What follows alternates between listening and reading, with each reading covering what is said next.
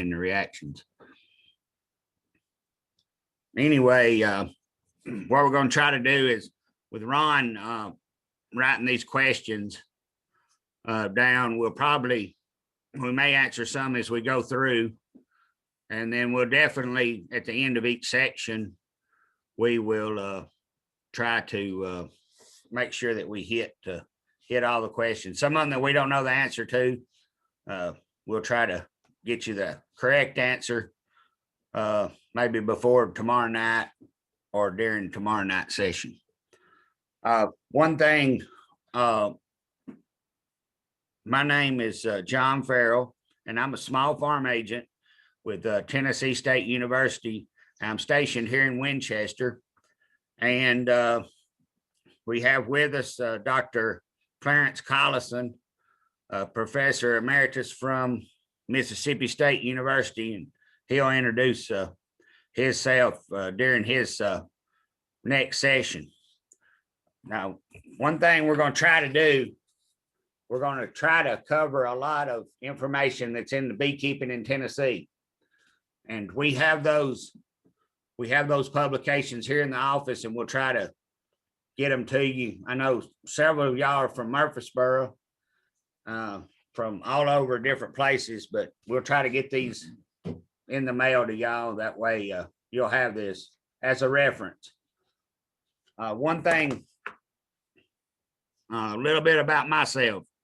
Growing up, I thought, especially in my high school years, we had a beekeeper, had bees on our farm, and we were growing tobacco. And those bee hives were sitting right there beside the tobacco patch. And those bees would eat us up every year. And I thought, no way in the world would I ever want to keep honeybees for a project. Lo and behold, go to work here for the extension service in Winchester, and tobacco, as everybody knows, we had a buyout, so we quit raising tobacco at home. We had hogs, and the hog market went south, so we switched to growing commercial vegetables, and we've always had beef cattle. One thing that 99% of the people going into the grocery store, they don't understand how important pollination is.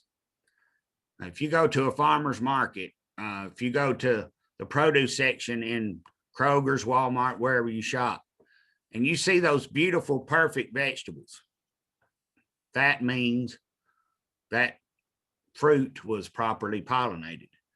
You don't see all the cull fruit with the scars, the cucumber with a scab on the side. And when you see those were not properly pollinated.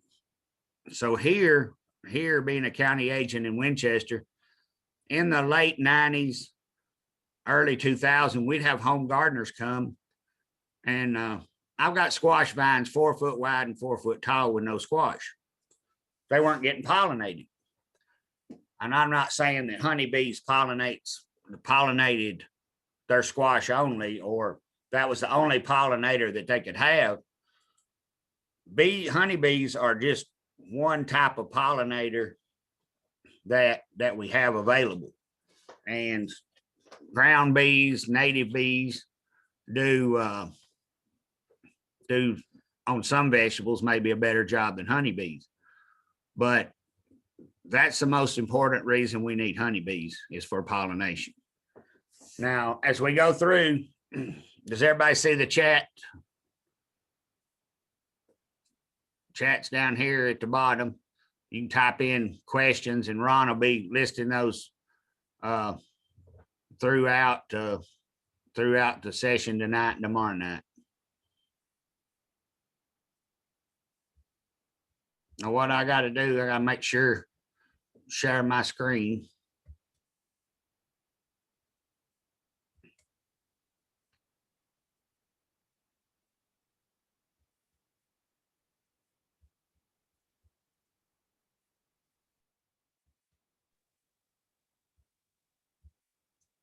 I've got the wrong view here.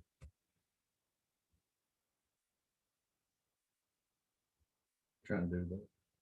Yeah. Share screen for the PowerPoint. Yeah.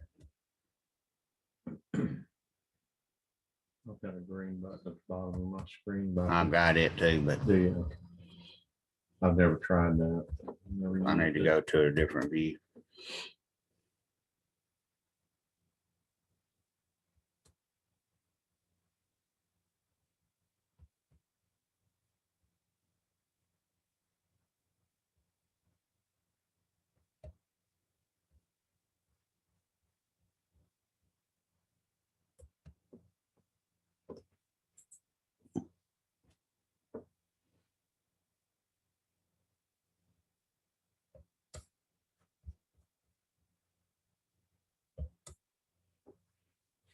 Maybe we can get somewhere now. Looks like your desktop. Is that what that is? Yeah, it's my desktop with all that junk.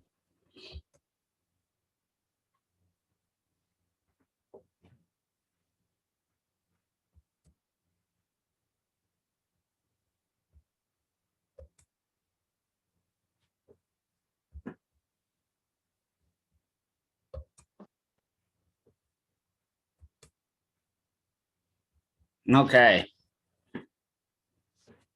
Can everybody see just my PowerPoint?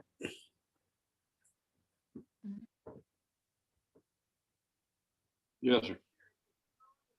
Y'all don't see any of this other mumbo jumbo stuff on there? All I see is a gray screen. It says John Farrell has started sharing screen. Something wrong with your internet. I see a We're PowerPoint seeing from it. my end. It says how to get started. Okay, is there nothing else on there PowerPoint showing there. other than me? I'm getting messages in that Okay. they're seeing it. Okay. So go ahead.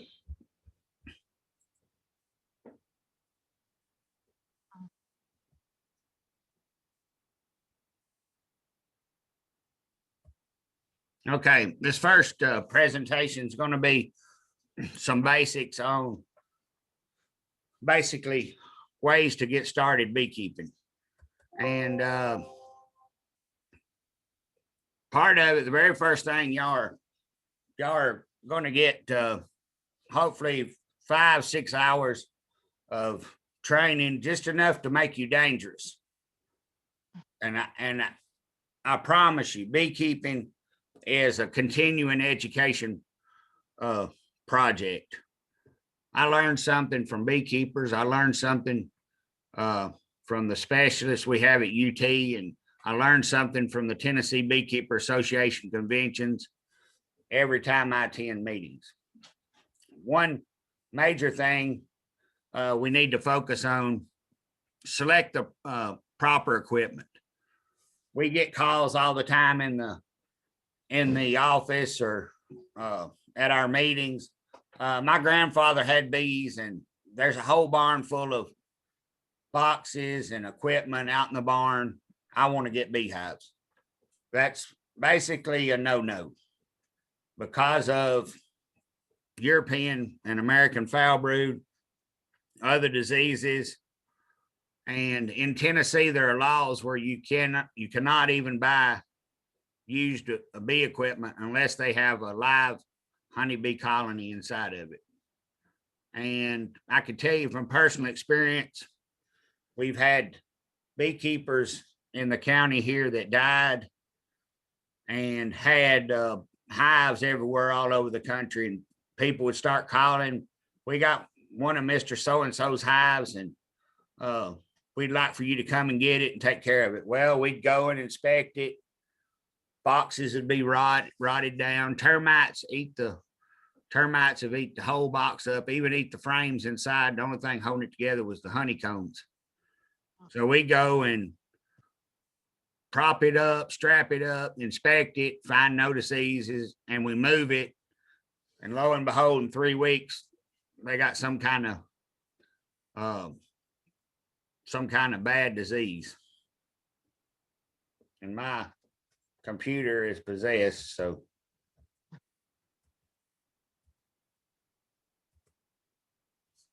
Anyway, another thing a lot of beekeepers get involved with is too many sources of information.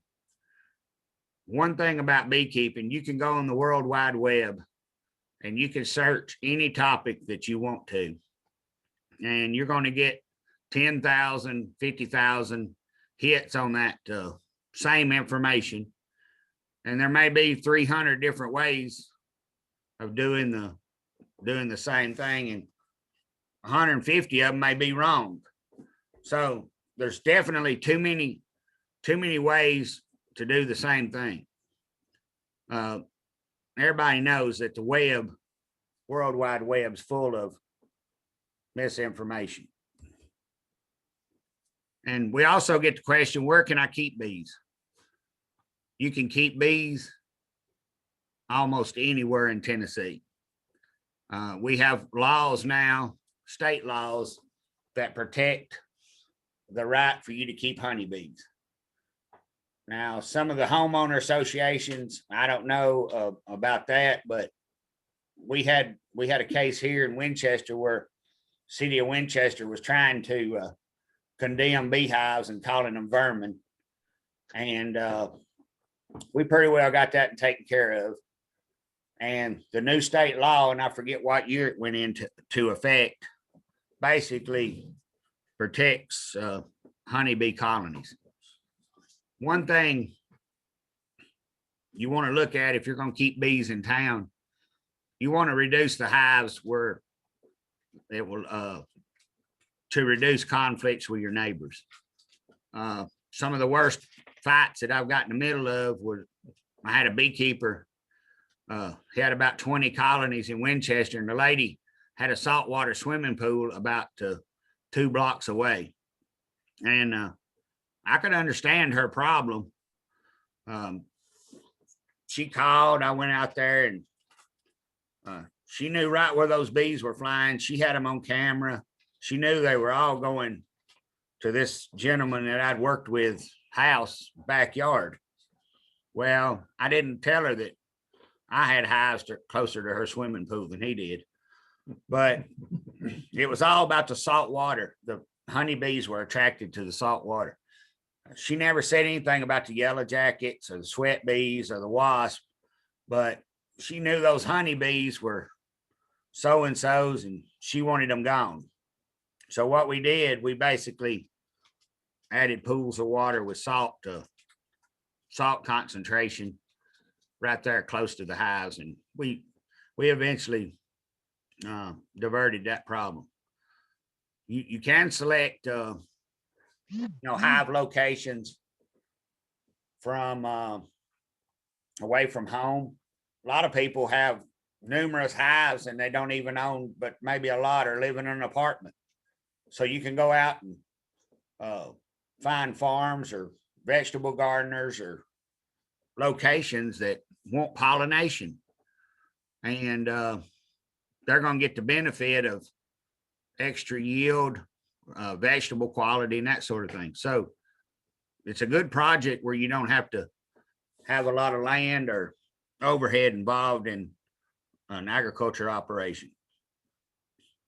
Can be easily located around humans without any problems.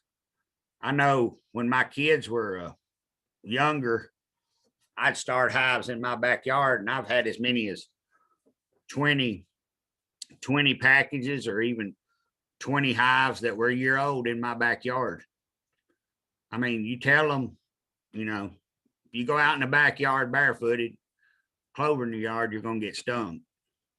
But the only real problems that we've seen, sometimes you'll get armadillos or skunks, or maybe some areas where you have kids knocking the hives over and those hives will get ill.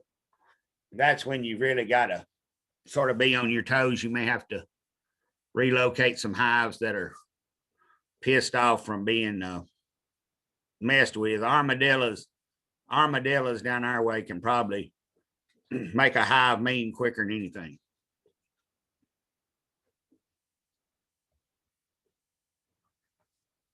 What strain of honeybees should I buy? Question, can crop spraying kill a hive on a farm? Yes, most definitely. And they didn't hear me say that. I was okay. muted, I'm sorry. We had a question in the chat.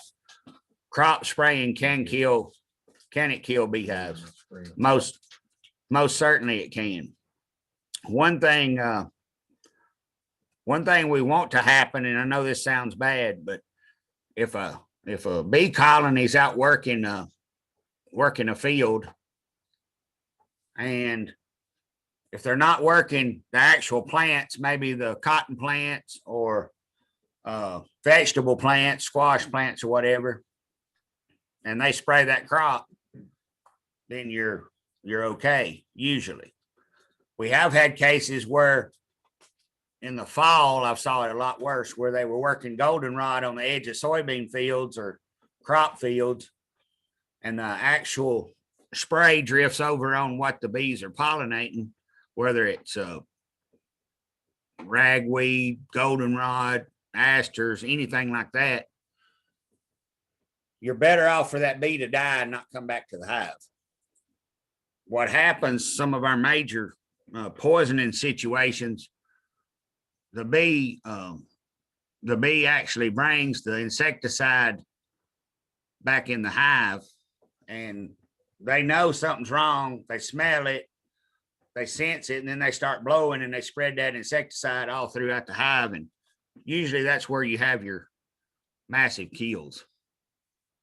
A lot of bees die while they're out foraging, and you don't really have any problem because they don't bring it in, contaminate the hive. One thing on that line, insecticides now are designed for specific classes of insects. So if you've got worms eating your cabbage, you don't go out and dust 7 Dust or put a pyrethroid on them. You can use a BT product that's natural. What about Grazion?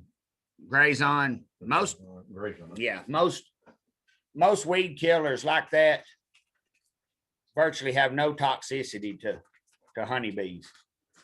And now if you're either buying an insecticide or herbicide for crops and that sort of thing, if you'll look, if they're highly toxic to bees, they'll have a placard on the bottom of that container that's talking about protecting pollinators, and it'll tell you about when you can spray and how toxic, that sort of thing it is to honeybees. One thing about every labeled insecticide, if you'll go in and read the label, it'll clearly say on there, do not spray this product while pollinators are present. So if you're going down the road and you drive by a huge cotton field and they're spraying, that doesn't necessarily mean that they're spraying an insecticide. But if you go by that same cotton field and it's in full bloom, where you've got nectars and cotton bloom, and they're spraying an insecticide in broad daylight, that's off label. What we have to do as beekeepers is, if we're pollinating cotton, that sort of thing, we need to have a relationship with those farmers within, a mile and a half radius. Say, hey, are you done spraying cotton where we can put bees on them? You don't need to spray in the daylight and that sort of thing. So that's a real problem. Our problem in Winchester, our major problem in Winchester has been mosquito sprays. The cities don't want to pay overtime, so they start spraying 2 hours too early. And basically they're off label. Back to our talk, the strains of honeybees that are available: Italian, Carnolian, Caucasian, Russians, and there's some hybrid strains that have been crossed from Russians. And what they've tried to do is make some of these hybrid strains more resistant to trachea mite and varroa mites. And I think Dr. Collison will go in maybe in his biology talk. He may talk a little bit about some of these strains of honeybees, but the major type that we want to try to grow, raise here in Tennessee are Italians. One reason we want Italians, they're a lot better natured, calmer bees. They seem to fit our environment here a little bit better. We've had I think it's in the 2001, 2002, we had all of these strains out back of the office here, and we were evaluating them. And I think it was March the 12th. It was colder than blue blazes. Went out and just happened to catch a swarm coming out of one of those Russian packages. Blew my mind. Nearly snow on the ground, and the bees are swarming. And it's because they're adapted to cooler climates. They build up faster in the spring, that sort of thing.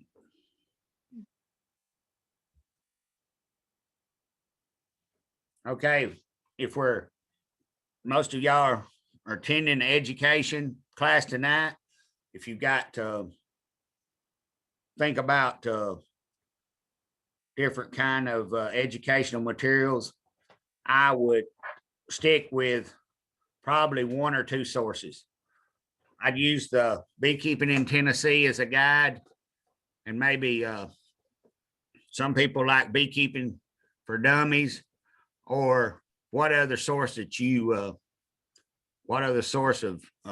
educational manual or books, but do not muddy the water with too many different books or sources of information. Select a location. One thing about selecting a location,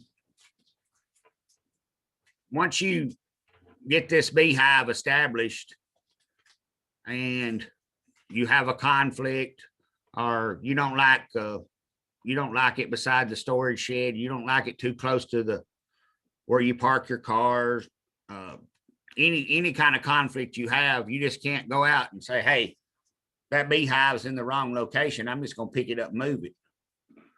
Especially in warm weather. When those bees have been flying every day, they're programmed right back to that location. So if we got a package and we're rocking along 6 or 8 weeks into the summer, they're growing, they're getting real big. Wow, I put that thing in the wrong location.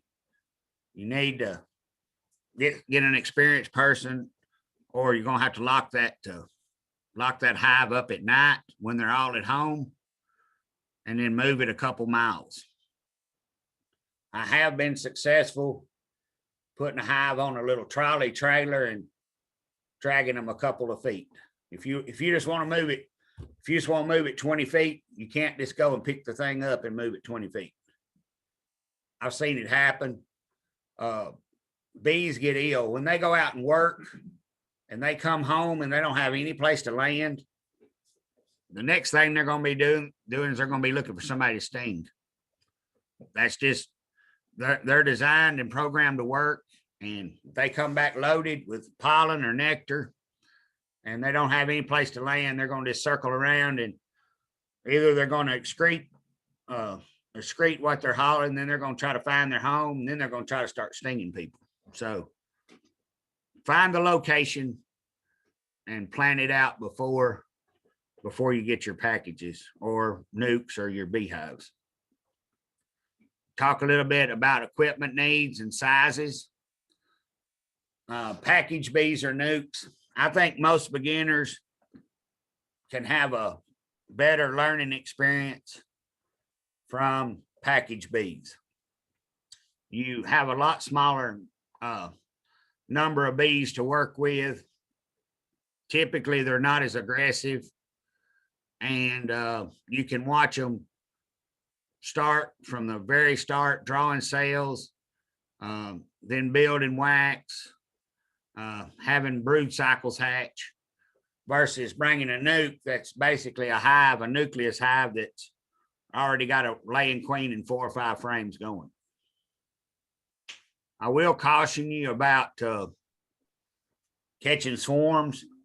All of us beekeepers, established beekeepers, we go, wow, we can go catch a swarm. That's $150.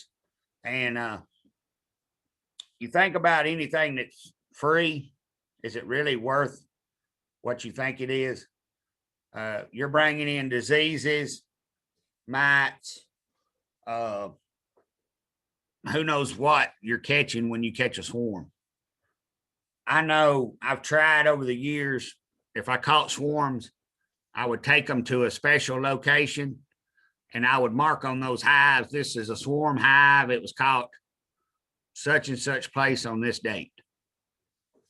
And the only reason I really like swarms is they draw combs and wax really quick because they're in survival mode.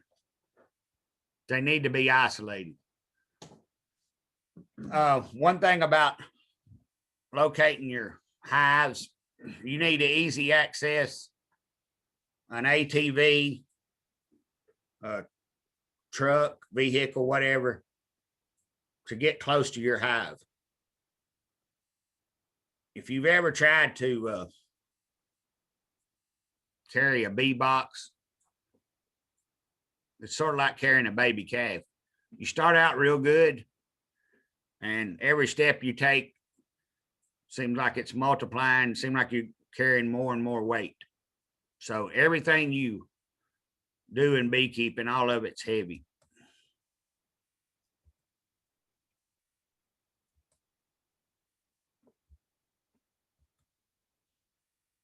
You want to have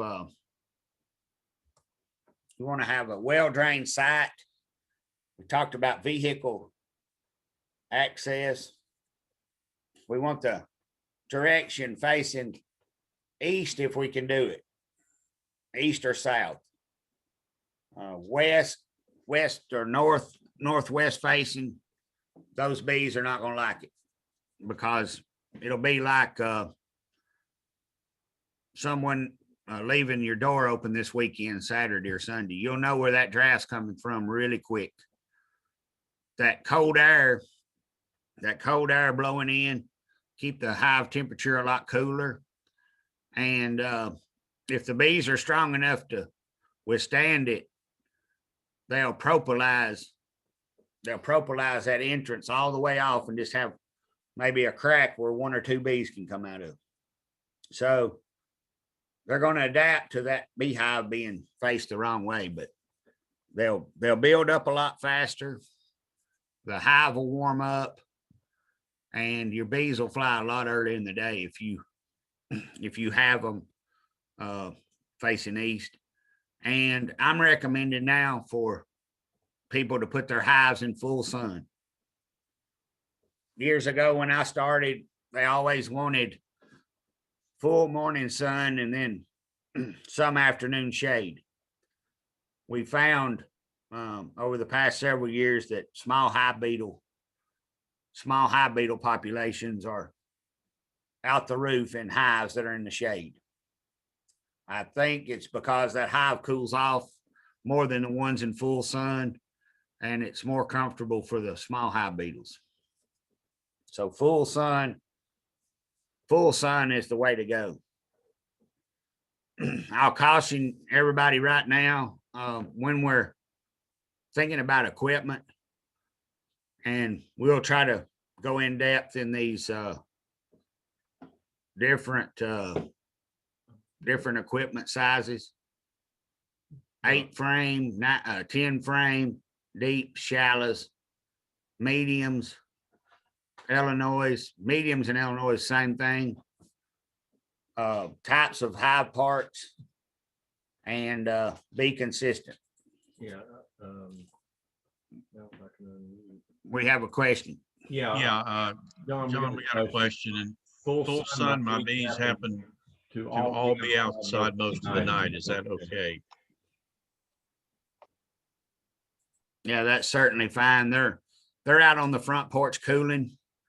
I know a lot of people, especially beginning beekeepers, we get into July and August, they'll call, my bees are going to swarm there's a wad, looks like 3 pounds of bees hanging out on the front of the hive. Basically, you got so many up the front of the hive, and you got so many in the entrance of the hive that are actually fanning. Then you have an overflow, and some of them in the hive say, wow, this is still too hot, I'm just going to go out. And they go out and actually hang out on the front of the hive, or the bottom board, or the entrance, and it look like a beard of bees. They call it a beard of bees, and that means they're bearding up, just because they're hot. But yeah, I'd rather have that happen than have the small hive beetle population. One thing about this equipment, you need to be consistent. I've had some people that maybe weren't physically able to pick up 10 frame equipment, and that means a 10 frame box holds 10 frames, whether it's Illinois, deep, shallows, whatever. So I have a lot of those people that maybe are not as strong physically. They'll go to 8 frame equipment. One thing you need to remember, the frame size, it won't matter. So if you go to 8 frame Illinois stuff, your Illinois are medium frames, and we'll talk about the sizes in a little bit. That 6 5/8 frame, it'll fit in a 10 frame box. And 8 of them will fit in 8 frame Illinois box. But when you go to interchanging boxes, you'll have gaps, and you can't have that, because you need this hive to seal up tight. So if you put a 8 frame box on top of 10 frames, you're gonna have about a 2.5 inch gap on top of that 10 frame box. So if people call and say, well, you got a neighbor and they got new equipment and they're 10 frames and yours equipment's 8 frames. So I've got a swarm over here and I got a box, but I don't have a bottom board or top. Can you bring me one? Well, their 10 frame stuff won't work. So you got to be consistent, and it'll make more sense as we go further into this.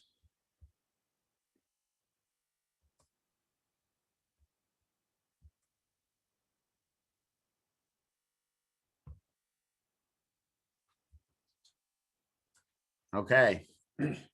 This is basically 3 boxes that we're going to use for brood. And the brood is where our baby bees are raised, and they occupy this. And we basically raise all of our brood in these boxes, but these are medium boxes, 6 5/8. And I like the 6 5/8 medium box.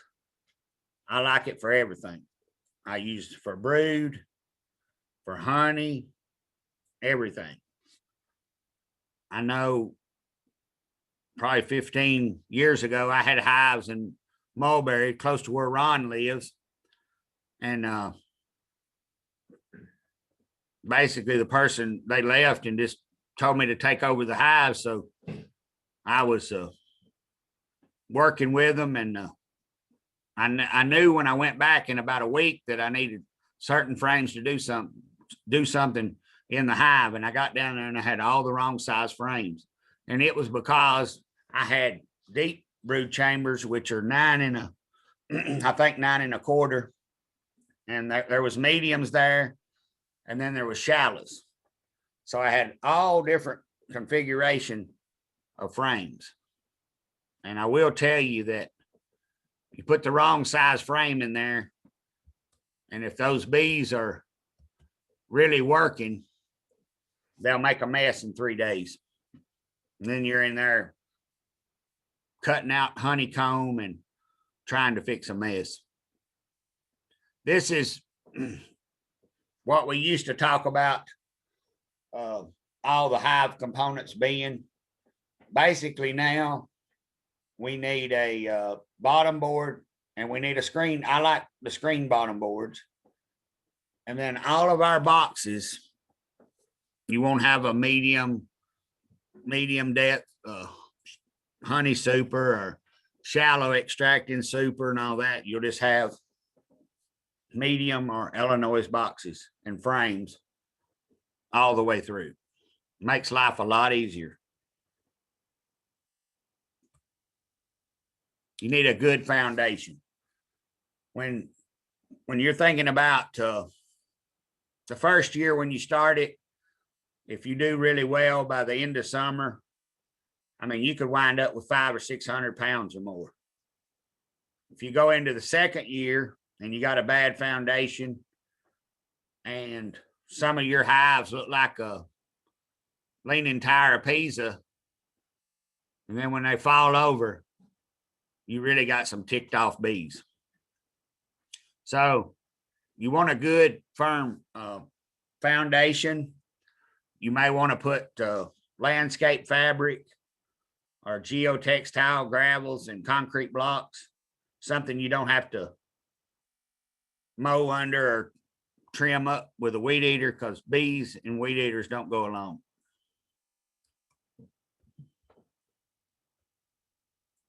And hopefully we've had some people that actually, we had a perfect year, they actually made quite a bit of honey the first year. And if you notice, this gentleman, he actually sold his little farm and moved, but he had 8 frame boxes. And if you're thinking about 8 frame, they're narrower. They're more narrow than the 10 frame boxes. And if you'll see that hive that's closest to him, see it starting to lean just a little bit. And actually, he's got a little step stool there, but I helped him a couple times along about this time where he actually had a 4-foot step ladder to deal with this hive.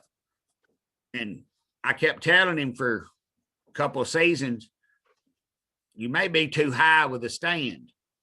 But actually, since our armadillo population is went haywire here, 2 cinder block high is not too high anymore. And you may even go a little bit higher than that. His stand there that's in that picture is about 18 inches high. You don't want that armadillo. You don't want that armadillo to run right up to your beehive and come in contact with those bees, because once he finds that food source, he's going to be there every night. He will eat every bee he can catch. And he'll sit there and stir the hive and get them to coming out, and he'll just sit there and eat them and eat them and eat them. I mean, he can kill the population of beehive in probably 2 days. Question, what do you think of top bar hives? I don't recommend top bar hives, especially. I've had experienced beekeepers have top bar hives, and after a couple years, sometimes they'll bring them here and leave them at our bee trailer, wanting me to do something with them. You need to learn how to work with a Langsdorff hive before you ever go with a top bar hive. And we can cover 3 nights on top bar hives and what's going to go wrong with them. But you need to start with a standard Langsdorff beehive. We think about this good foundation. All this stuff in a beehive. I used to wonder why these beekeepers, their backs were all bent down and broken down. Honey weighs 12 pounds, 12 pounds a gallon. So basically, a deep hive body could weigh 110 pounds or more, depending on the moisture content in the honey. Now, mediums can weigh 75 pounds, and even shallow boxes can approach 55 pounds or more. So a strong hive late in the season, a lot of them weigh over 1,000 pounds. And when you're talking some hives that are 12, 14 boxes tall, you better have a really strong foundation. What about equipment needs? Beginners need a good bee suit. We've had a lot of people that attend classes, and they think about, wow, that bee suit, that's a whole bunch of money. You can get by with just a veil, maybe a khaki shirt and gloves, but why go out there and get stung a whole bunch on the start when you can buy a good affordable bee suit and maybe gloves, and you definitely got to have a smoker. And this list of tools right here, these are the bare minimum. And you need a smoker. If I was on a deserted island and I had to go and I found a beehive and I had to go and rob that beehive, of all the tools on this page that I would want would be a smoker. The smoker is like your shield. And it would be like a knight on a horse in a jousting contest. He'd be a sitting duck if he didn't have a shield. Well, this smoker helps protect you.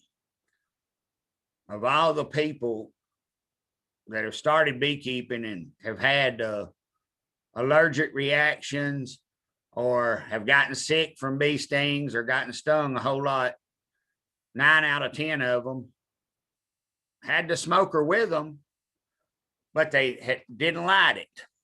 I had one gentleman that had 2 episode rides in the ambulance, and both times he didn't have the smoker lit. I mean, I could take a few bee stings, but if I get 40 or 60 or 80, and you can get that many if you get in a beehive without your smoker lit and something's been in there agitating them. 1 sting turns into 5, and 5 turns into 10, and Dr. Collison will cover that in a little while, but that smoker is the best money you'll spend. Then you need a smoker box to put the smoker in. So when you're going up and down the road, people won't wreck trying to tell you that your truck's on fire. And I've seen it happen. I've had people pass me on double line, try to flag me down, your truck's on fire. They don't realize that I've got a bee smoker in the back of the truck. So a good sealed smoker box is a good investment. The next probably most important thing is a hive tool, and we'll have some pictures and stuff showing you some of this equipment. But the hive tool is basically a paint opening bar that you can get at a hardware store, and it's got a sharp edge, and a lot of them have a hook. But you have to have this because the bees glue everything in that hive together with propolis. And propolis is probably the strongest thing that you could imagine a bee could produce. And they do. They glue everything. They glue the frames together. They glue the boxes together. If you have something in there they can't get out, then they'll encapsulate it in propolis. And the propolis is like, when it's cold, it's rock hard. When it's hot, it's like bubble gum, double bubble gum. It just stretches everywhere. But beekeeping, it's not like MacGyver. The MacGyver show, he always had all these tools at his ready. You can get in a beekeeping catalog. You can find a tool for everything you can think about. So what are you gonna do? You drove 3 miles to your beehive. Wow, I forgot one of those tools. You need those basic things: a bee suit, gloves, smoker box, hive tool. And you can work just about any hive as long as you can find some fuel to burn in your smoker. But if you have all these tools, then you got to have a big tub or tote or bucket to keep them all in, and then you could done have the hive worked before you ever find your tools. Select the right hive components. If you start out with all mediums, which that's what I'd recommend. Question, what fuels are a no-no for your smoker? I'll talk about that tomorrow night. Dr. Collison will handle the smoker fuels tomorrow night, and there's a whole bunch of options for that. But if you're selecting these hive components, you make an order and you're saying, I want to order 8 frame medium boxes, then you want to order 8 frame lid, 8 frame inner cover, 8 frame bottom board. And I don't even like seeing deeps anymore. I cringe whenever somebody's got deep hives, and if I'm helping them inspect 10 frame boxes with 10 deeps, my back starts hurting before I ever get out of the truck. It's a lot easier. It's a lot easier if you standardize this beekeeping operation.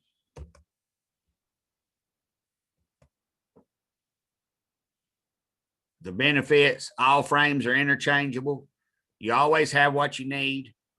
It's easier to move brood, easier to make hives or split off new hives if you got all the same size frame. Are you going to get stung? Yes. Don't let anybody tell you if you start a beekeeping enterprise that you're not going to get stung. My goal is to not go to the beehive and get stung. But it happens. And my kids will attest that all of their bee stings that they've ever gotten has been in the truck after I've been in a beehive. I carry a bee on my suit. I take my suit off. I knock the bee off in the truck, crawls around, and it finds one of my kids. It don't ever find me, but I take them in. I used to be bad about taking them in the house when I had hives in the yard. And one thing you always do, if you got shoes in the garage, shoes in the pantry, shake the shoes out before you put them on. Bee sting on the foot's pretty bad because you get the full dose of venom, and it's not a easy place to get the stinger out your foot. But Dr. Collison will talk about some stinging things that we can help when you get stung, that sort of thing. And people get stung doing stupid things. We've had ladies come to our beekeeping meeting with their whole eye swelled shut. We thought they'd been in an abusive relationship or something. Just because all I'm going to do is I'm going to run to the hive and I'm going to raise the lid and check to see if they've got feed on them. Well, that's like a burglar or a home invasion going on. So bingo, you run over there and you pop the top. Of course, your smoker, you didn't even take your smoker. So surprise, I'm here. And where do they get you? Right on your face. I think they can sense the CO2 or whatever, sense you breathing. You get stung on the face, and then you come to the bee meeting with your eye swelled all shut, and everybody makes fun of you. But it's very dangerous because you could lose an eye really easy. Will you have a reaction? If you get a full dose of venom, you're probably going to swell. So anywhere from my shoulders up, if I get stung and I don't get that stinger out, I get a lot worse reaction. Do I go into anaphylactic shock? I haven't yet. That doesn't mean that it won't happen. Our former apiculturist at UT. He'd been stung thousands and thousands of times. He was in a bee yard by himself. He got stung on the arm, and he liked to not made it to the hospital because he was going into anaphylactic shock. He was tired, but that one sting just maybe put him over the edge. So he had to go take allergy shots to get desensitized where he could keep working with honeybees. Don, the question, how long does it take for the stinger? How long does it take for the stinger to pump the complete dose of venom in you? I sort of think about 1,001, 1,002, 1,003, and it's pretty well over. It happens pretty quick. But some of the worst things you can do is reach and grab it. You just, when you grab that venom sac, you just injected every bit of that venom from that stinger. You want to, if I had fingernails, you take fingernail and scratch it off, move it, go one way or the other. A hive tool works pretty good to scrape them off with. And if you get the stinger out and you got a hive open and you got some fresh honey, you can take and dot some of that fresh honey from a cell on it and it'll help kill the pain. But if you leave that stinger in, and I think Dr. Collison may have a video, or I know he's got some pictures. That's basically a harpoon with a hypodermic needle on the end, hypodermic syringe. And it's sitting there pumping. It's got its own little muscle. Yeah, the bee's going to die, but basically that bee has, that bee's marked you.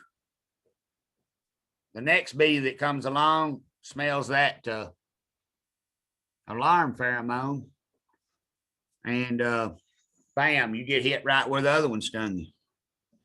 So this is a diagram talking about bee anatomy. Dr. Collison's actually going to cover that next. And so we're going to go over it, skip it, because he's going to spend basically this next talk talking about it. Types of bees in the hive. We've got the most important bee is the queen bee. We've got a worker bee. She's basically a sterile female. So all the males in our chat tonight, we think, wow, we got it made. All these females do all the work. Well, it goes along pretty good till late in the fall around Halloween. And our male bees, the drones, which can't sting you. Basically, I have to watch when I'm talking about drones when there's a lot of kids around, but since we're all adults, I consider them like the deadbeat dads. They basically beg for food. They're professional bums. They basically just fly from, they're welcome basically in any hive. And their only job is to eat honey and spread diseases and mate with the virgin queens. And Dr. Collison is going to talk a little bit more about the life cycle. That way we can really get more in-depth information on the life cycle. If I can ever get my computer where it'll advance. But one thing important about this life cycle, and he's going to cover it next.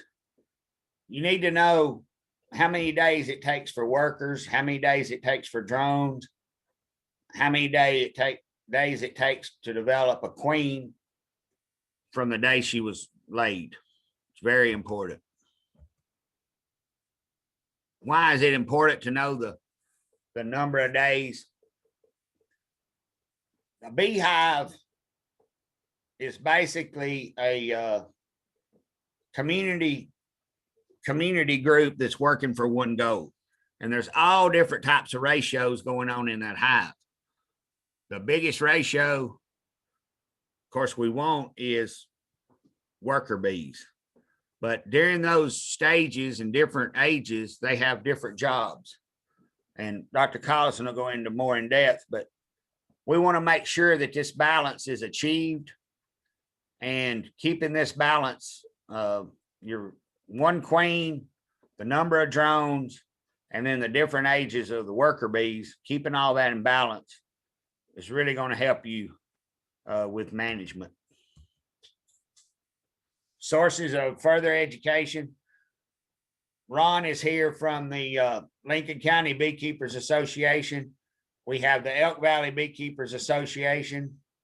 I know some of y'all may be from the, or want to attend the Duck River Association. They actually, members from that association helped us get started. Some of y'all may be from Murfreesboro, but we have a whole lot more beekeepers associations now than we've ever had since I've been involved with beekeeping. We talked about beekeeping in Tennessee. You can get it online. If y'all want to look over and read over it tonight online. And you have to watch your web sources and make sure they're from land grant universities with research-based information.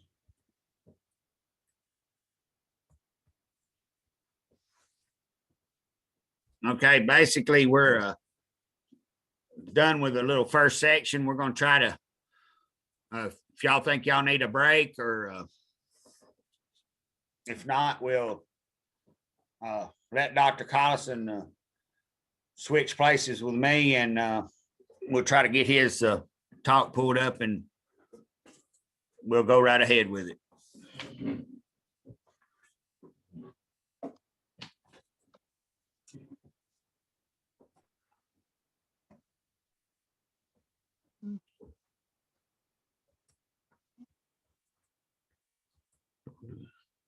Where? I think I minimized this right here, I think. Okay.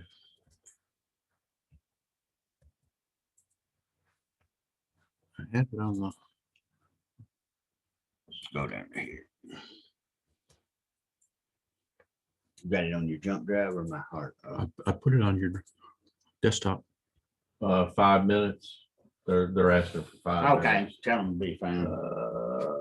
Okay, and Um, let's everybody take about 5 minutes while we switch over. Good Good suggestion there for Murfreesboro.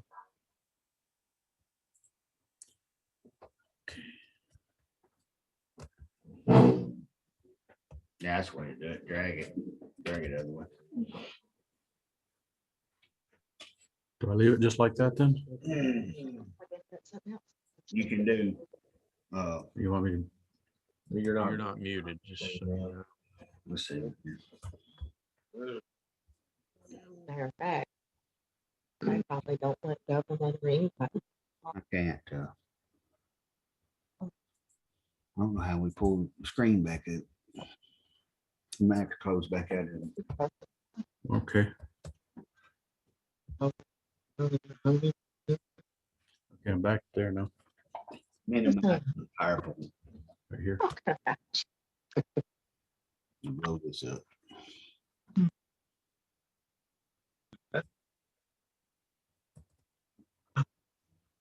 contamination. What do I have to do? You can mute it.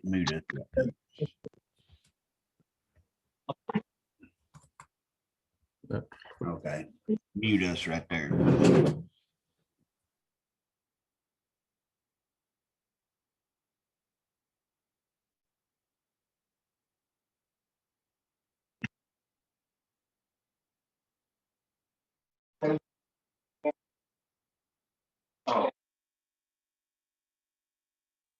She was the one that gave it to me.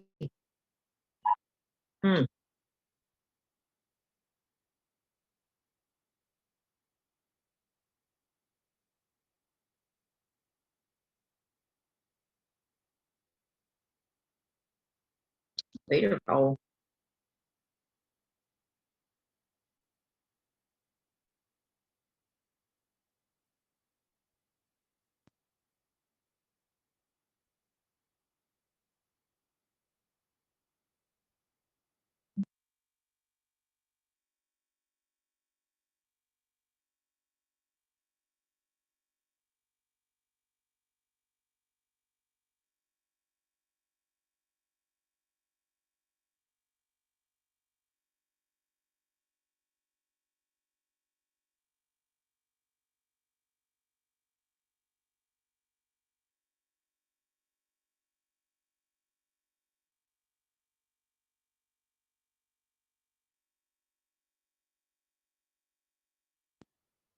I'm in the family.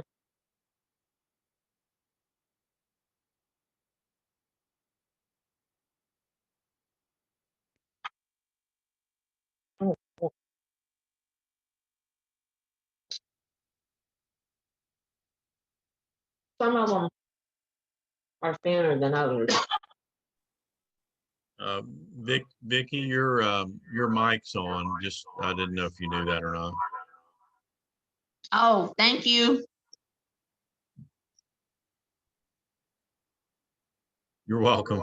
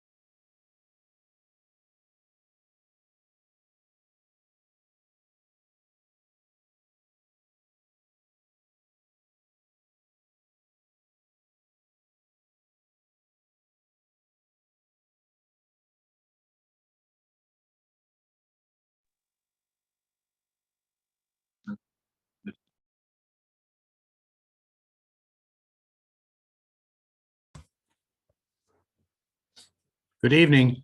Can everybody hear me? I'm Clarence Collison, and I'm going to be visiting with you about basic honeybee biology this evening. Tomorrow night, I will talk to you about how we actually go in and examine a hive and to what you need to be looking for to determine whether it's in good condition or not. But tonight, we're just going to talk about basic honeybee biology.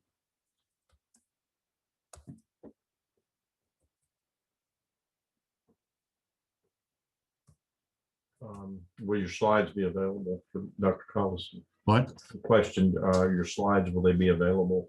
Can be. Yeah, I don't see a problem. Okay. Understanding bee biology is the foundation of colony management.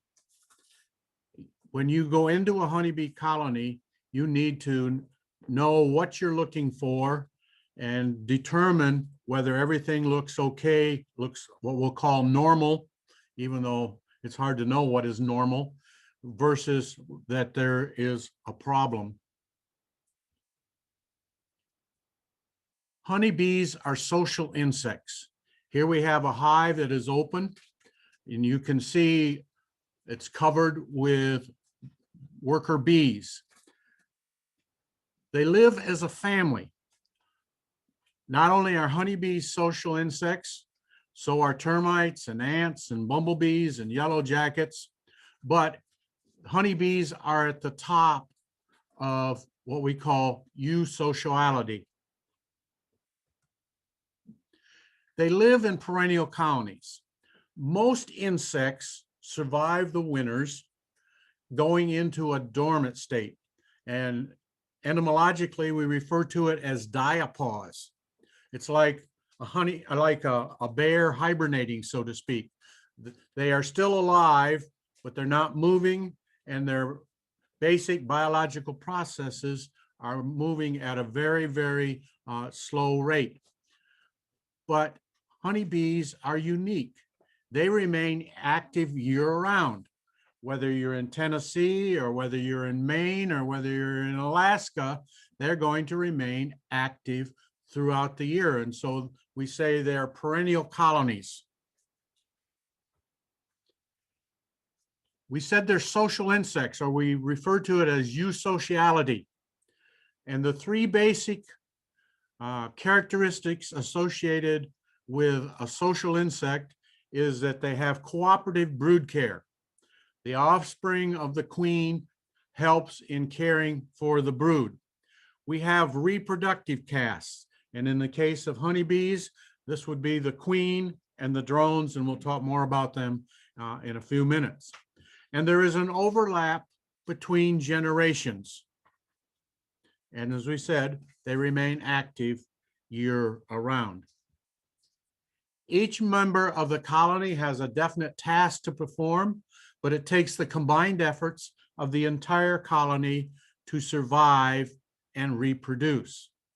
There are actually a minimum number of bees required in order for a colony to survive and exist. We don't know what that number is. My gut feeling is it's probably somewhere between 5,000 bees, but we do not know that for a fact. So individual bees cannot survive by themselves. They must live as a family, assisting each other in meeting the needs of the colony. There are three honeybee castes. We have workers, we have the queen, and we have drones. Here we see a picture of a mass of honeybee workers. As John indicated to you in his presentation, they are sterile females. And what do we mean by sterile females? It means that their ovaries do not develop. And under normal conditions, they cannot lay eggs. Now, the reason they're sterile females is the queen produces chemicals that inhibits their ovaries from developing. But when you go queenless for about a 2 to 3 week period and have that loss of pheromone that's keeping them sterile, then some of the worker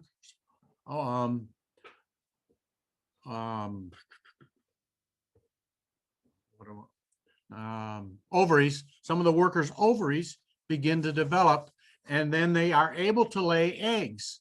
And we call that condition laying workers, and we'll talk more about laying workers tomorrow night. All right, so the bulk of the colony is made up of sterile females. And as I indicate here in this particular slide, there can be anywhere from 5,000 to 60,000 per colony. They develop from fertilized eggs, and they are responsible for performing all the labors of the hive. Secondly, we have the queen surrounded by her court, or it's sometimes we refer to it as a retinue of workers. This retinue of workers surrounding the queen that you see here on the screen, they're going to feed her, they're going to groom her, they're going to remove her waste, but more importantly, they're going to lick pheromones from her body and distribute those pheromones throughout the colony of bees. Again, that's another whole lecture in itself. We'll just leave it at that. The queen has basically two major functions in the honeybee colony. She is responsible for egg laying and for pheromone production. Normally, we have only one queen per colony. And at her peak, she lays from anywhere from 1,000 to 1,500 eggs per day. We indicate that she can live 3 to 4 years. Ideally, she's really only good to that colony and to you as a beekeeper for about 2 years. And normally we would recommend that you requeen every 2 years at a minimum. But there are records of queens living 5, 6, even up to 7 years, but obviously they're not strong, productive queens when they're of that age. And here we have the drone, the fellow in the middle with the big eyes. And that's how you can, not only are they wide and bulky in appearance, their eyes meet at the top of their head, unlike workers who actually, the eyes, compound eyes, are separated. The drones are the males of the hive. They develop from unfertilized eggs, and their only function is to mate with the queen. And we may find anywhere from 0 drones to several hundred drones in a colony in midsummer. They live about 50 days. As John indicated, in the fall, they're tossed out. They're of no value to the bees in the wintertime, and so they are pitched out the front entrance and left to die. If you happen to go into a colony in the wintertime and there are drones present, that is a good indication that you've got a queen problem. In other words, a colony will allow drones to survive the winter if they're queenless or have a queen problem. When a queen is ready to lay an egg, she sticks her head into the cell, as we see this queen doing here on the screen. She's checking to see if the cell has been cleaned and is ready to receive an egg. She also is measuring the diameter of that cell with her front legs. As we indicated, a queen can lay 2 types of eggs. She can lay an unfertilized egg, which becomes a drone, or she can lay a fertilized egg that can become either a worker or a queen. Drone-sized cells are wider than worker-sized cells. And so she measures the diameter of the cell with her front legs and determines which type of egg she is to lay in that cell. If she found the cell to be suitable to receive an egg, she then backs her abdomen into the cell, as we see here, and she lays a single egg. Now, when I take a group of beginners into the bee yard, one of the first things that I try to teach them is how to see eggs in the cells. And here we see a tiny white egg, looks like a small rice grain, standing on end near the center of each cell. It's important that you check and be able to see eggs, because that tells you there was a queen there within the last 3 days. Also, if you are successful in seeing the eggs, it gives you an idea of what type of brood pattern she's laying and whether she is possibly a good queen or possibly a poor queen. So it's important for you to be able to see eggs, and some people have a difficult time doing it. If you go into a bee catalog now, you can find that you can buy black plastic foundation. And the reason they have black plastic foundation is to make it easier for you to see the white egg on that black background. But I'm not necessarily saying you should always use black plastic foundation in your beekeeping operation. Queens usually lay from mid-January to October, sparingly in early spring. Now, if you were keeping bees in southern Florida, southern Texas, southern California, they would lay eggs year-round. But in the more northern climates, the queen typically takes a break from laying eggs, as we say, in late September, early October. This is a comb. This is a medium depth comb, which John talked to you about a few minutes ago. This is we also call these Illinois combs.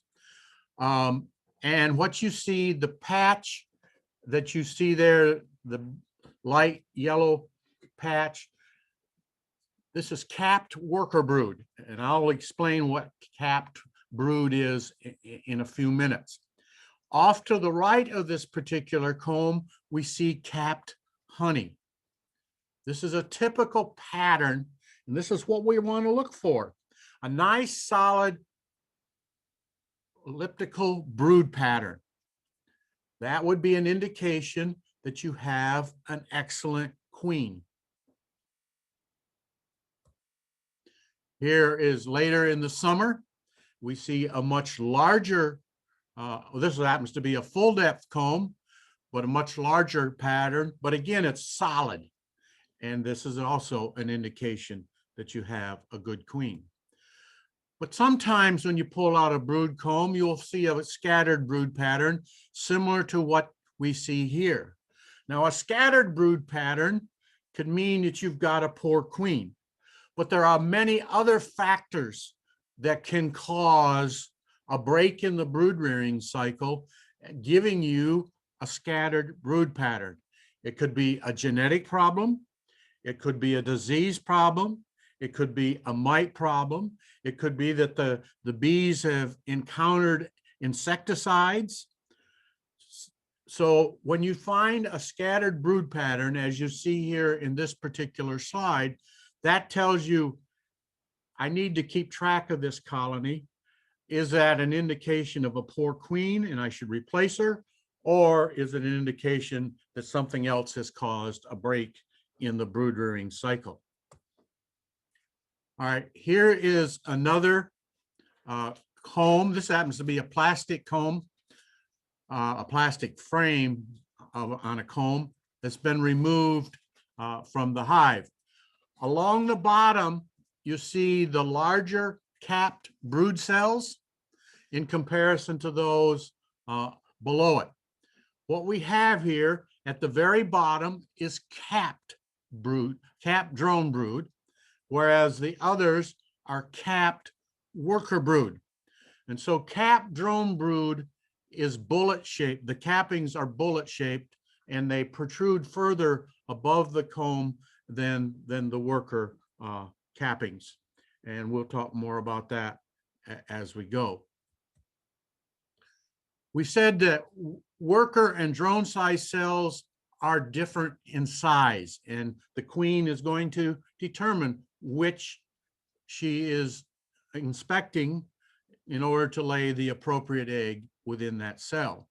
And in worker comb, we have 5 cells to the linear inch.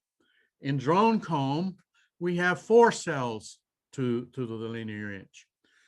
Not only are drone size cells larger in diameter, they're also deeper, and then they have that bullet shaped capping that I just showed you in the previous slide. Queens are produced under 3 conditions. There are we will go into a colony and we find queen cells, and I'll show you some pictures of queen cells in just a minute. There are emergency queen cells, there are supersedure queen cells, and there are queen cells that are produced in preparation for a colony to swarm. In the case of emergency queen cells, something has happened to the queen. Maybe when you were going through the colony and you had the frames out, she fell off into the grass and was unable to find her way back in.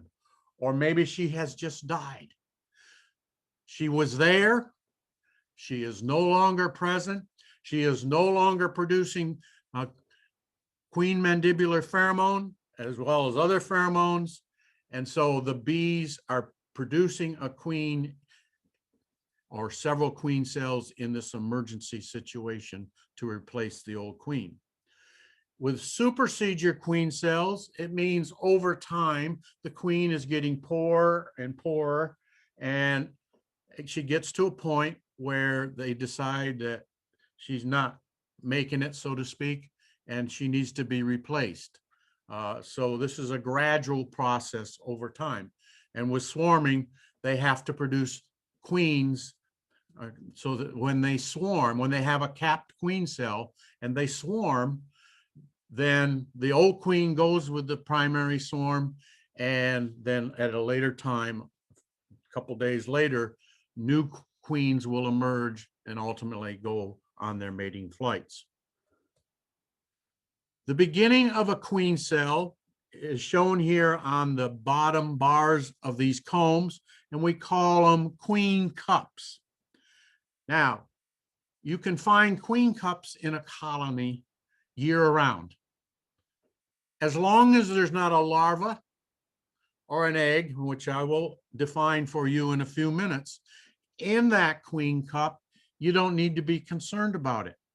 But once there's a larva or an egg in that queen cup and they begin to extend the length of it, then we call it a queen cell.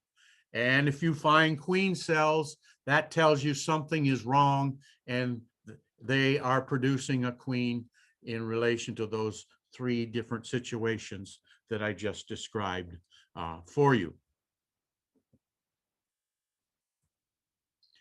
Here we have a capped queen cell. Now, this particular capped queen cell was produced from a worker size cell, when we would say this is a modified queen cell. The difference in queen cells, you will notice on all the combs that I've shown you to date, workers and drones are produced in a horizontal orientation. The queen cell is produced in a vertical orientation. It's much larger than either a worker size cell or a drone size cell, but it has a different orientation. Now, here's a a bar of queen cells that somebody is raising queens. These are nice shaped queen cells, but again, you see they're in a vertical orientation. Based on the size of these queen cells and the sculpturing on the surface of these queen cells, we would say these are high quality queen cells. So runty looking ones, smooth on the outside, would be poorer queen cells. So if you were raising queens and introducing them into your colony, you would want to select the larger cells with lots of sculpturing. The more sculpturing that we see on the comb surface, we feel as though they have received better care while that queen is being reared. Okay, I've been flinging around terms like egg, larva, pupa. Honeybees have a 4-stage life cycle: eggs, larva, pupa, and adult. If you think about the life cycle of a butterfly or the life cycle of a moth, and the cocoon or chrysalis, as we call them, that's associated with those two, what is happening is that caterpillar that's within, I'll say, the cocoon, is being transformed into a moth or a butterfly that's going to emerge. So the pupal stage is a transformational stage, going from the larval stage to the adult. All right, here we're looking at a brood comb. You see 2 cells with eggs. You also see 2 cells or 3 cells with C-shaped larvae. Okay, when the egg hatches, in this lower left-hand corner, you see a tiny C-shaped larva. And the one above it, you see there's a milky substance under it. This is called royal jelly, or sometimes we refer to it as proteinaceous jelly.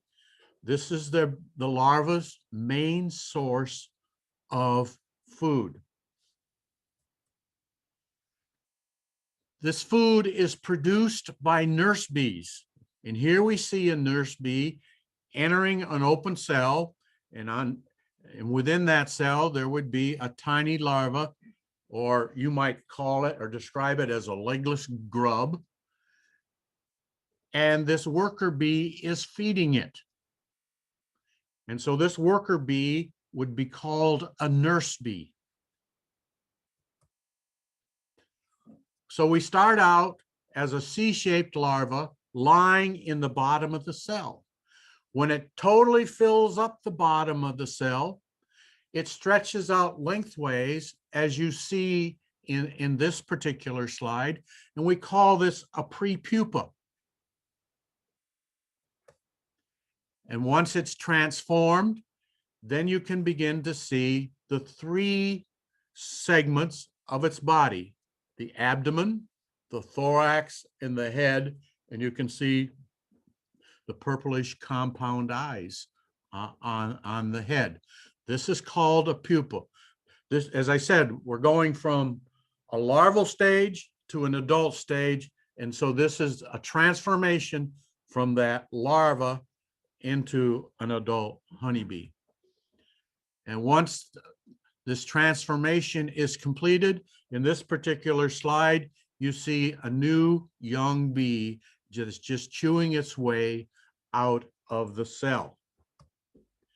Here's another picture, one that's just starting to chew away the capping over the cell as it's getting ready to chew its way out. All right, here is a newly emerged honeybee from the cell. When I'm out in the bee yard and I see one of these on a comb, of course, this tiny bee looks entirely different than other worker bees. And And I say, what's wrong with this bee? There's nothing wrong with this bee. It's just emerged within the last couple of hours. And I refer to it as having a teddy bear appearance. But as it consumes food, gains its strength, it will lose that teddy bear appearance. All right. One thing I didn't mention as I was showing you frames of brood, but let me do this now. We showed you cells containing eggs, okay? And then we showed you cells where those eggs had hatched and they contained larvae. So both the egg stage and the larval stage is we refer to as open brood. When we go into the pupal stage, the bees produce a capping over it. And so when I was showing you patches of capped worker brood or patches of capped drone brood, that is actually the pupal stage.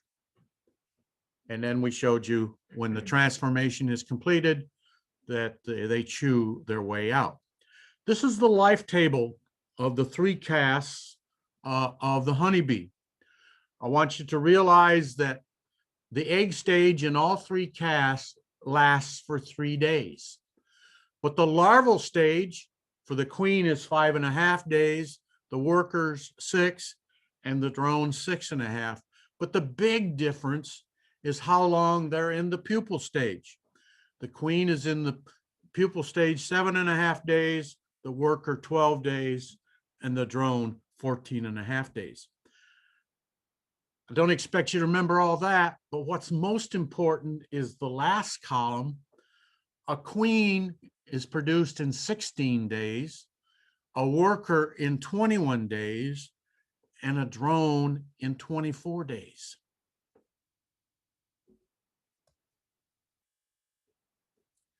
Okay, we look into a hive. And to a beginner, it may look like mass chaos.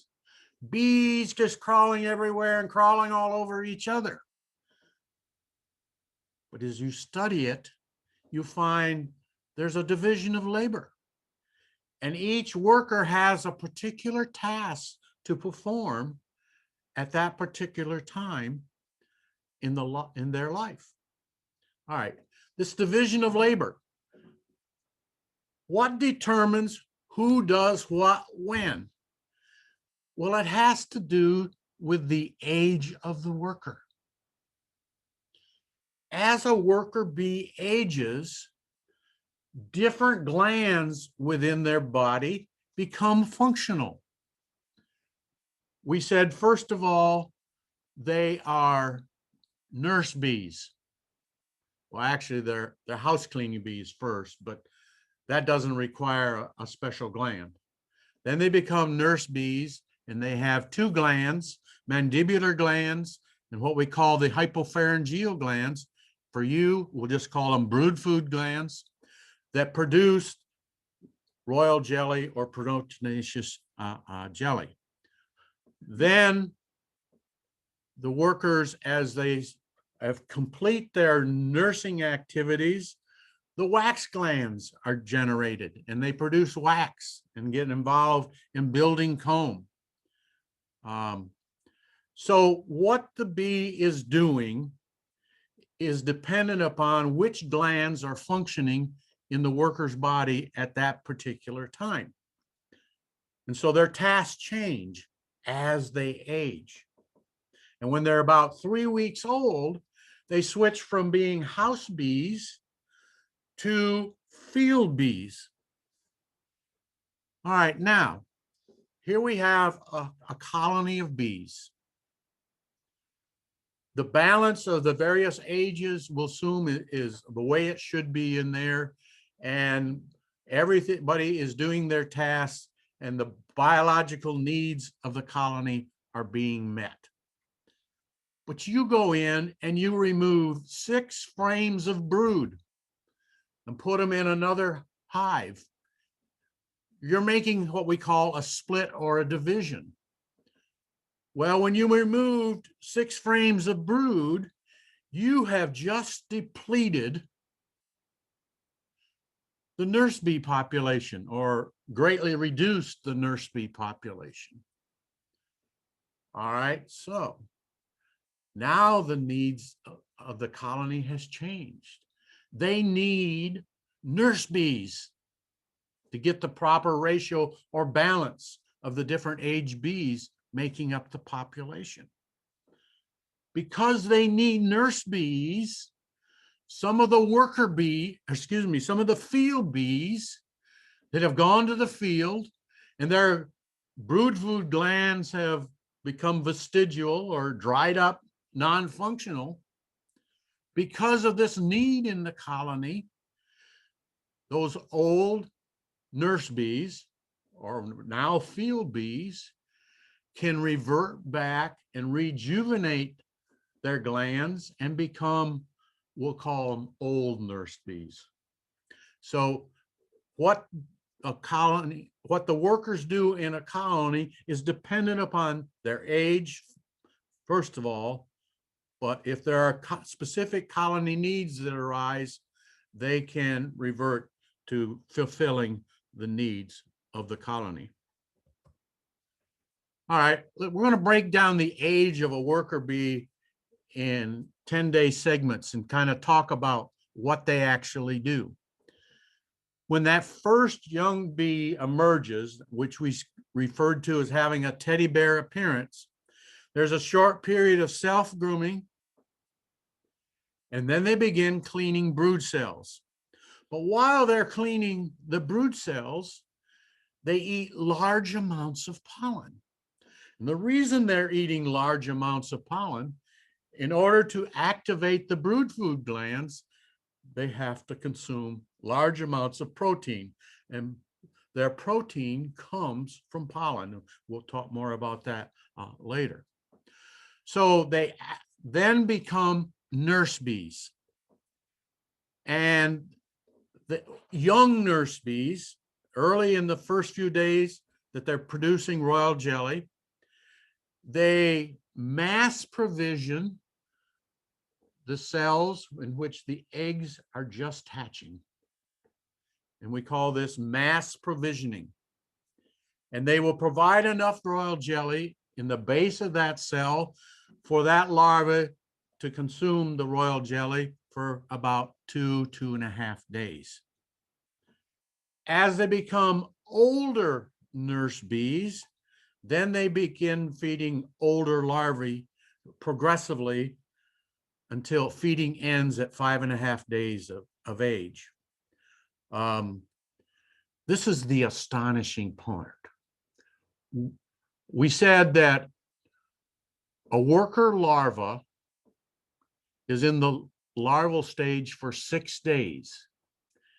And during that 5.5 to 6 day period, each larva requires from 2,000 to 3,000 nurse bee visits. And that's why it's so important that a large portion of the population are nurse bees with active brood food glands. All right, as they begin to stop functioning as nurse bees, then they begin to take orientation flights. They go out and they begin circling the hive. They've got to learn landmarks, because once they become field bees, they have to find their way back to the hive. So they've got to learn the landmarks locally. But as they take these orientation flights, they take larger and larger circles. So they're scouting out larger areas within the vicinity of the hive. So this is what happens in the first 10 days of an adult worker.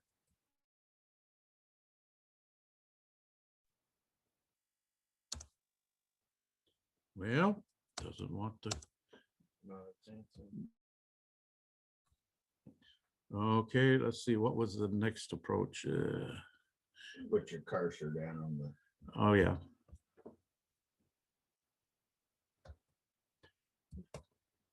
There we go. All right, the second period, bees that are 10 to approximately 20 days old. As we indicated, they activate their wax glands and they begin building comb. And they begin accepting nectar from field bees, handling it, and storing it. They also pack pollen, and I'll talk how they do that in a few slides from now. They clean out dead bees and other refuse out of the hive. We actually have a small proportion of the population of bees that we call undertaker bees.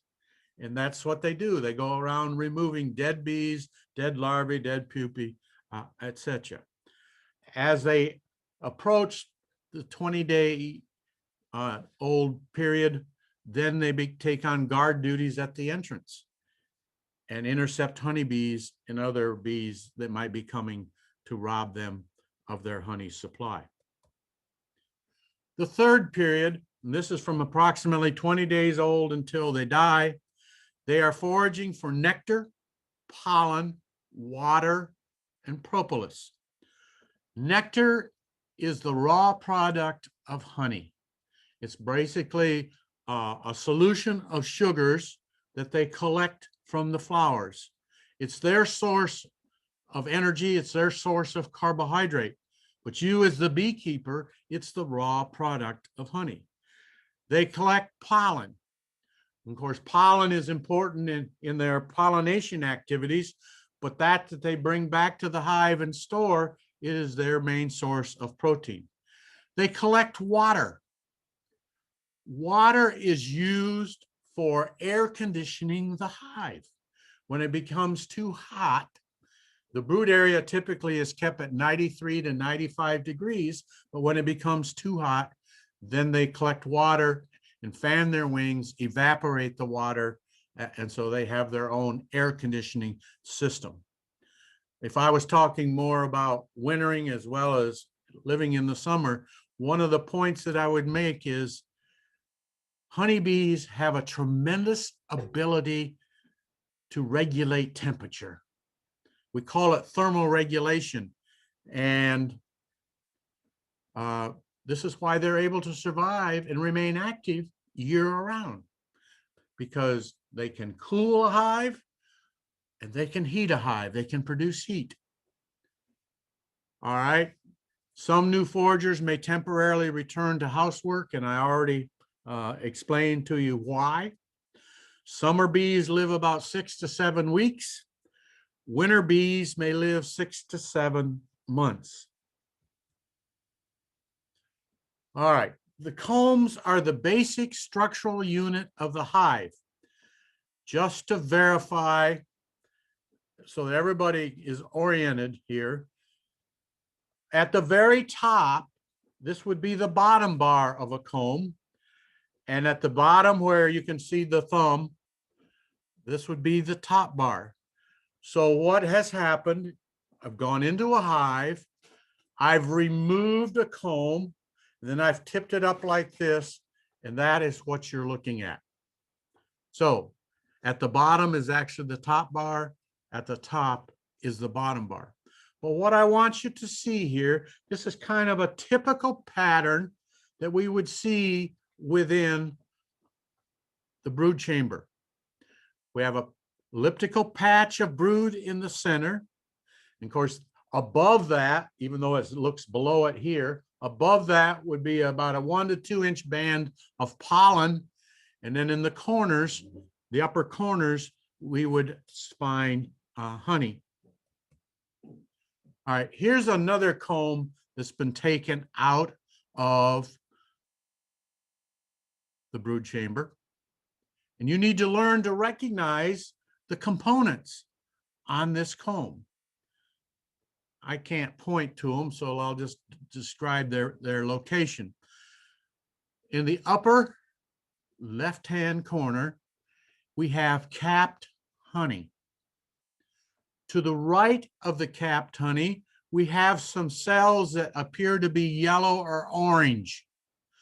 Those are cells of pollen. And to the right of that, we have more capped honey. Below the cells of pollen, we have capped worker brood. And at the very bottom, we have capped drone brood. Notice the bullet-shaped cappings. And that's how you're going to differentiate between capped worker brood and capped drone brood. All right, we said pollen. Pollen is their source of protein, amino acids, minerals, vitamins, fats, and sterols. Here we see a worker entering the hive with this orange glob on its hind leg. All right, that is a pollen pellet. And as the bees are out visiting flowers and pollen is adhering to their body with the combs and spines on their legs, and by moistening it with a little nectar that they regurgitate with their proboscis or tongue, they slowly comb the pollen backwards and ultimately pack it as pellets on the hind legs. Where that pollen pellet is located on the hind legs, that is often referred to as a pollen basket on the hind legs. But the important point here is it's their source of protein, amino acids, minerals, vitamins, fats, and sterols. All right, now, here we see cells containing packed pollen. Now, the cell that's down in the lower left-hand corner, you can see a worker came in, backed into that cell, and kicked the pollen pellets off into that cell. And then that worker goes back to the field.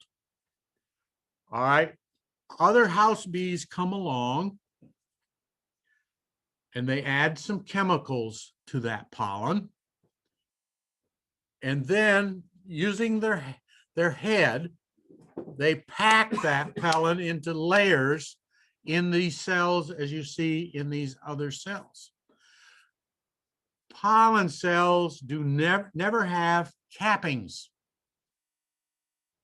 So that's how you just, one way you would distinguish between a cell containing pollen and a cell containing ripened honey, because the ripened honey would have a capping over it. As we said, nectar is their carbohydrate source. It is their energy source. This is a female cucumber flower that you see here in the picture.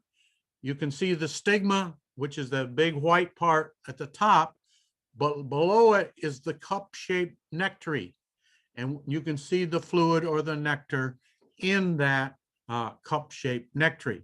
And when a worker comes along, she inserts her proboscis or tongue and sucks that nectar out of the nectary and stores it in her honey stomach. All right, when a forager returns to the hive, if they have pollen pellets, as we've already indicated to you, they back into a cell and kick off those pollen pellets and then go back to the field. In the case of a worker that has a full honey stomach, she proceeds to give a droplet of nectar to one worker she comes in contact with, to a second worker, to a third worker, and she distributes her entire load maybe to 12 or 15 different workers. Now, part of the ripening process, there are actually two things that happen in the ripening process of nectar into honey. One is they have to get rid of the excess water. Nectar, as it's collected in the field, may contain anywhere from 60 to 80% water, plus the sugars. Ripened honey is typically 16 to 17% water. So part of the ripening process is they have to get rid of that excess water or excess moisture. Now, as I indicated, the field bee, she will distribute her load to several workers. Now, the workers that receive a droplet of this nectar take their mandibles, which are jaws that go like this, and they begin stretching that droplet of nectar. Well, that's exposing it to the environment, and so a little bit of water begins to evaporate. But more importantly, that worker adds an enzyme, and we call that enzyme invertase. Today, with modern biochemistry, we would call it sucrase.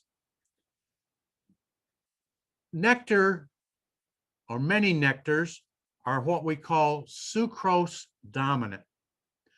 Sucrose is a 12-carbon sugar. When they add this enzyme, that enzyme acts on that sugar molecule and breaks it into two separate molecules, two 6-carbon molecules. So nectar is predominantly sucrose.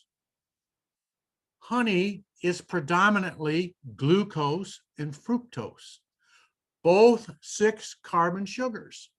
So part of the ripening process then is the adding of the enzyme that's going to break the 12-carbon sugars into two 6-carbon sugars. So ripening is getting rid of excess moisture, and then there's a chemical change in the sugar composition of the ripened honey. And we see a honeybee here depositing, after she's manipulated that load of nectar and added enzymes to it for maybe 10, 15 minutes, she then adds it to a cell, or as you see on the right-hand side of this diagram, she puts the droplet of nectar on the roof of the cell. That's like hanging out wet laundry to dry. And of course, the bees are fanning within the hive, and so that is initiating the ripening process. Here we see cells that are just about full of honey. This honey is almost fully ripened, but not quite. And the way we know that is, once it's fully ripened, once they've got the moisture level down to about 17%, then they will put a wax capping over it to protect it. And here we see a frame with capped honey. Now on the left-hand side, we see there's still some that's only partially ripened. You can see the liquids in those open cells, but the most of this frame contains fully ripened honey. We said that honeybees have the ability to survive throughout the winter. And the way they do it is they form what we call a winter cluster. And here we see a small winter cluster that basically includes 3 frames or 3 combs. This is a remnants of a dead winter cluster on the side of a comb. This particular colony starved to death, and so they died. This is a close-up of a dead winter cluster, just to give you an idea of what it might look like. Let's look at this in cross section. All right, you see the broken lines across the top? Those are top bars of the frames that go down through this sphere of bees, or this cluster of bees. You'll see the outer band of this cluster that goes from comb to comb. We call that the insulating layer of the cluster. The bees in the center of this cluster are loosely packed, and they are the ones that are producing heat. And the way a honeybee produces heat, you know what it means to shiver? The bees shiver or vibrate the muscles of their thorax, which produces heat. So the heat producing bees are in the center. These outer band of bees are insulators that's conserving the heat that's being produced by the bees. And of course, if we're in the time when brood's being reared, that would be found in the center. But as we indicated to you, from about October to early January, there will be no brood in the winter cluster. Anytime the temperature drops below 57 degrees, they produce a winter cluster. And as it gets colder and colder outside, the cluster contracts. As it warms up, the cluster expands. Any day that where the sun hits the front of your hive and it's warm, you'll see activity out. They are able to break cluster and become active. But the key critical temperature is 57 degrees. As we said, the cluster expands and contracts with environmental temperature. I said they have a tremendous ability for thermal regulation. No brood, they maintain temperatures in the area of 65 to 70 degrees. If there's brood, even though it might be 5 degrees above zero outside the hive, if they're raising brood where that brood is located, it has to be 93 to 95 degrees. And as we talked about how they generate the heat and the insulating shell. Bees die in 2 days or less at 45 degrees. So the bees, they're forming the insulating layer. As they get cold, they go in to the center of the cluster and they're replaced by bees from the center of the cluster. And so it's just a slow moving sphere of bees all winter long. Okay. John, when he was talking to you about using the right size equipment in the right size boxes, he indicated to you, if you put a medium depth comb in a full depth hive body, you got about 2.5 inches or so that there's no comb. And the bees will produce all kinds of brace comb and burr comb, make an absolute mess. All right. But this whole premise of the Langstroth hive on which it was developed is based on something we call bee space. And we define bee space as 1/4 to 3/8 of an inch. Any distance between equipment that's less than 1/4 inch, they fill it in with propolis or bee glue. Any area that's greater than 3/8 of an inch, they build burr comb or brace comb and fill it in. But any gaps in the hive that's between 1/4 and 3/8 of an inch, they keep it open. Now, that's true as we space our combs. That's true as we move from the top bars to the bottom bars between hive bodies. But if you buy your equipment from a lot of different suppliers and things, their dimensions may be slightly different, and you end up getting a lot of brace comb and burr comb because the gap between the two hive bodies is greater than 3/8 of an inch. That's the basic biology, and I think I'm going to stop there now. Give John a chance. Are there any questions in regards to basic biology of the hive? It's important that you learn this. You're not going to remember it all from tonight, but as John indicated to you, you need to have a source or a couple sources of information and you'll need to read up and study the basic bee biology. Because as I'll explain tomorrow night when we talk about how you work hives, when you go in and find that things do not appear right or normal, then you've got to try to determine what has gone wrong.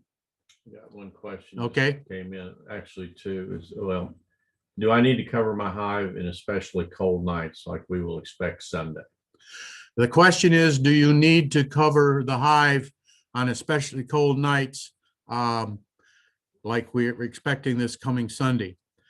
The answer is no. The first point that you need to realize is the bees do not heat the entire hive. They only heat the area within the winter cluster. Now, if you're keeping bees in Wisconsin or Maine or Canada, then you may very well in the fall wrap that colony with building paper or some other material to help the bees. From the wind. Primarily, as John just mentioned, from the wind. Also, if you wrap it in black building paper or tar paper, when the sun does shine, that black surface will absorb the sun's rays, and that'll help keep the hive a bit warmer. But under Tennessee conditions, no, there's no need to cover hives. And we could have moisture problems. Yes, and you could have moisture problems. Again, I first learned beekeeping in Michigan, and then I went to Pennsylvania before I went to Mississippi. And in the north, we lost more colonies due to moisture buildup in the colony than we did to starvation, queen failure, and all the other potentials. So you said there was a second question? No, that was just the second part of it, was like we're expecting. this Okay, weekend. okay. There's another one in there. Is there? No, it's the Same one. same one, it's Mine just popped two up. parts. Okay. Um, Anyway, I think I will stop there. John, you want to give them a 5-minute break? Yeah, we need a break. All right, we'll give you a 5-minute break and then we will continue. Thank you.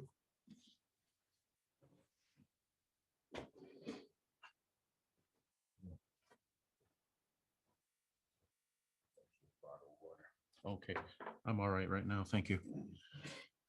Well, I learned a couple of things tonight already. Yeah, we got to get out of this now. Just mute it first. Okay. John,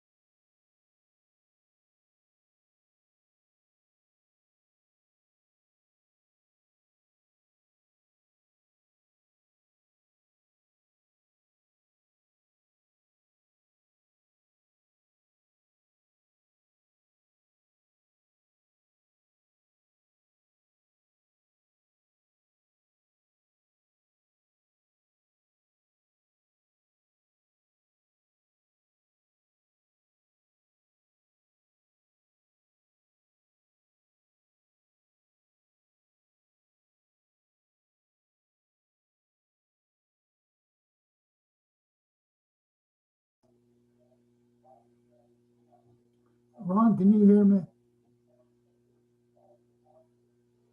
Hey, Ron? Ron? Yeah, yeah, go ahead. I got you, David. Okay.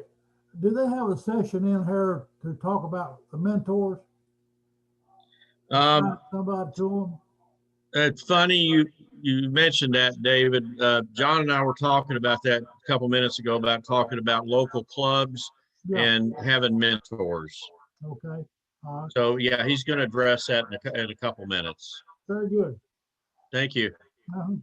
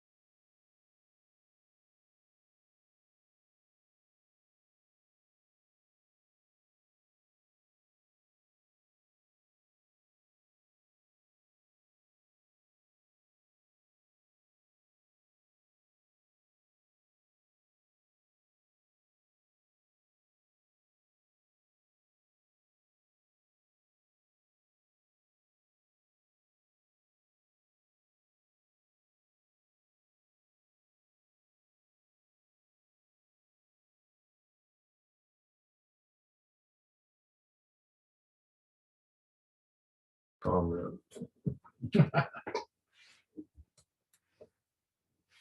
Okay, everybody, we're back ready to try to kick this next section off. And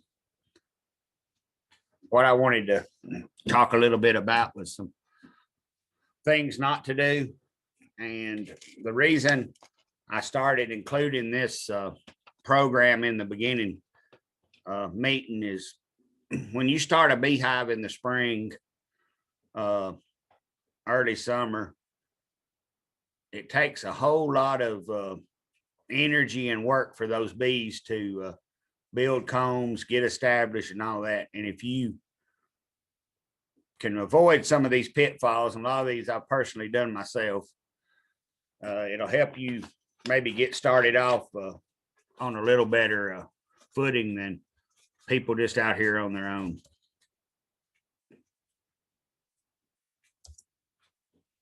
Some mistakes that people commonly make, and I've got horror stories where beginners have went out and purchased established hives, and I won't call any names, but I had a gentleman, I guess it's been about 10 years ago.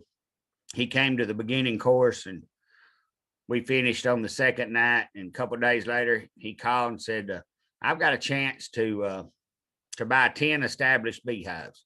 Really good price. I said, they may be a really good price, but you may have a little bit more than you can handle. And I don't know if I made him mad or anyway, I didn't hear anything for quite a while. And I know it was way up in June. I got a phone call and a message to give him a call, and I called him back, and he was on the phone basically hyperventilating, screaming, he was all frazzled. And I said, what's going on? And he said, well, I bought those 10 hives that you told me was probably a little bit too much for my experience level keeping bees. And I said, well, what's the problem? He said, well, I got a friend to help me rob the honey off the hives, and we got all of our excess honey off and put it in the back of the truck. And we went in, it was so hot, it was about 100 degrees, and they went in and ate lunch, and they rested for 30 or 40 minutes, and they forgot to look out at the truck, and they didn't realize that they had all of their honey in the back of the truck uncovered. So basically, bees are ruthless insects. Why would a bee go and worry about making honey when they can go and rob it from another stash? So basically, his hives were going back to the truck, robbing the honey that he'd just taken, and who knows how many wild colonies of bees from within 2 or 3 miles were robbing his hives. And you'll see this.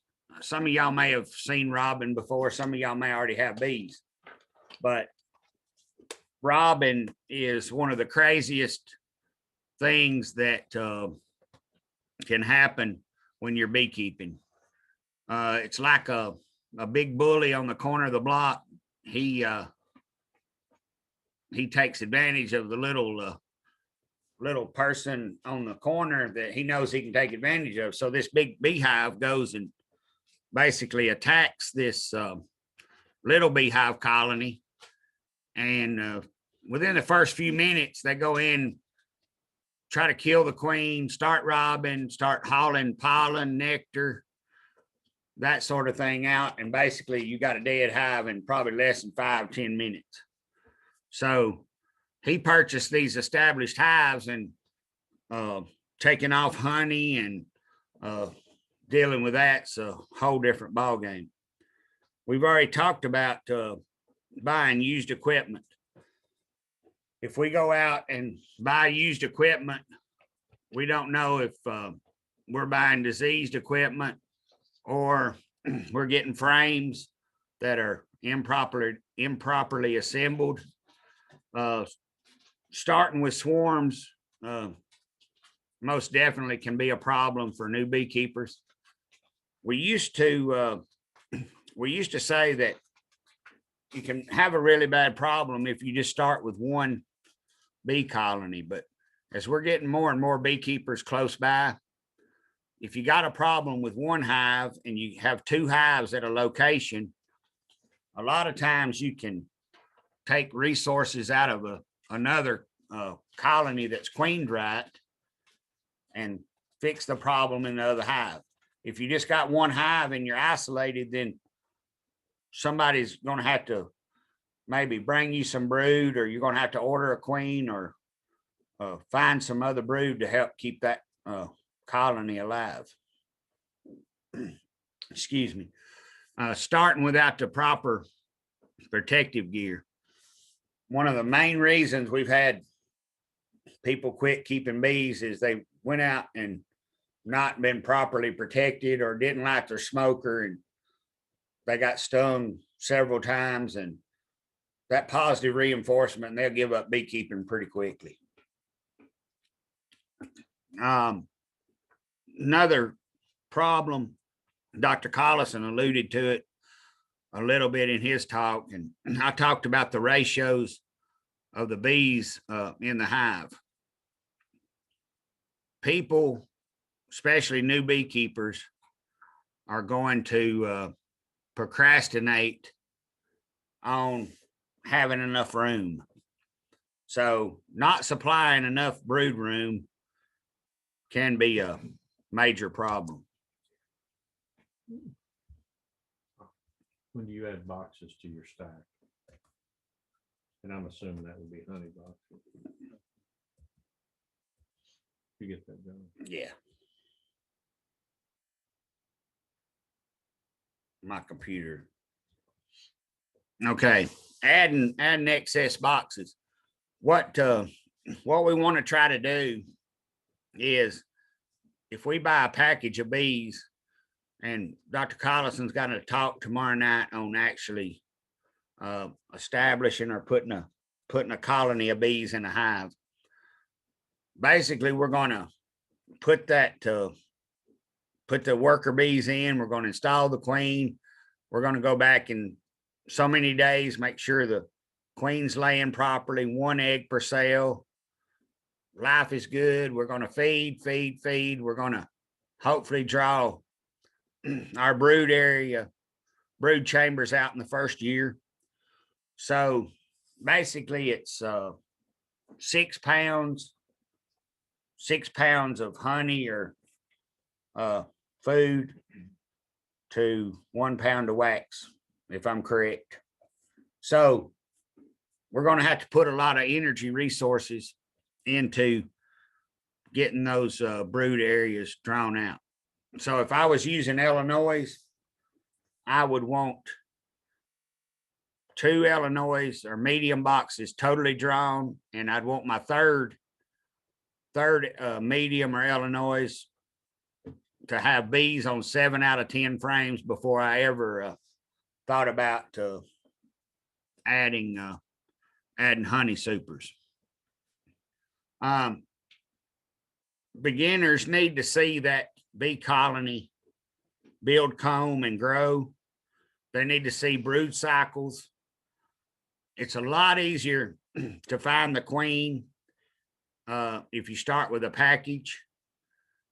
But Dr. Collison covered in his talk a few minutes ago how important it is to find eggs.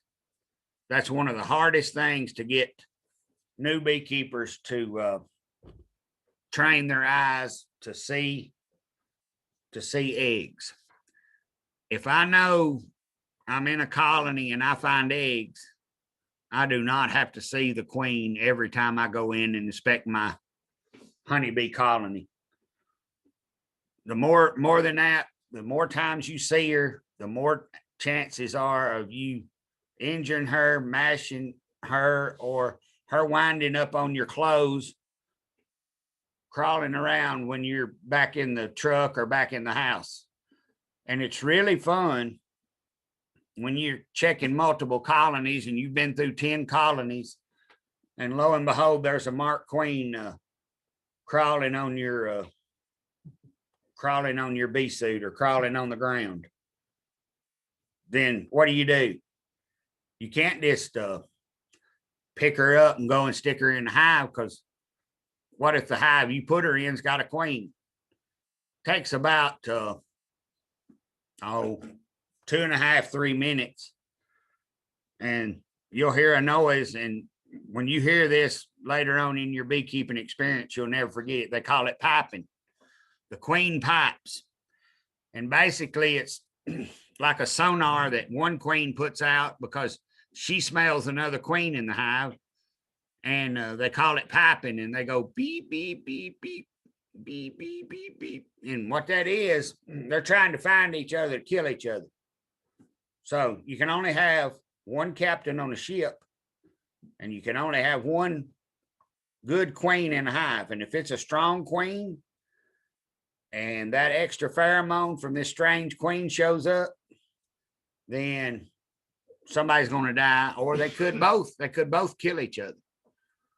So starting with this package of bees, you have a smaller number of field bees. That means that you have a smaller number of mean bees. Field bees, they're out working, they're flying, they're tired. They're the ones that get ticked off. And a lot of those field bees, some of their first jobs are guard bees. So they're the ones guarding the entrance, and you don't have a whole lot of those when you have a package of bees, 10,000 or less. But seeing this bee colony growth is the most important thing, because first 21 to 28 days, probably about 28 days, you'll see some of your first bees hatch. And that depends on how much wax they get drawn in the first few days when you put your package in. But then the next 21 days, you're multiplying this thing by a big multiplication factor.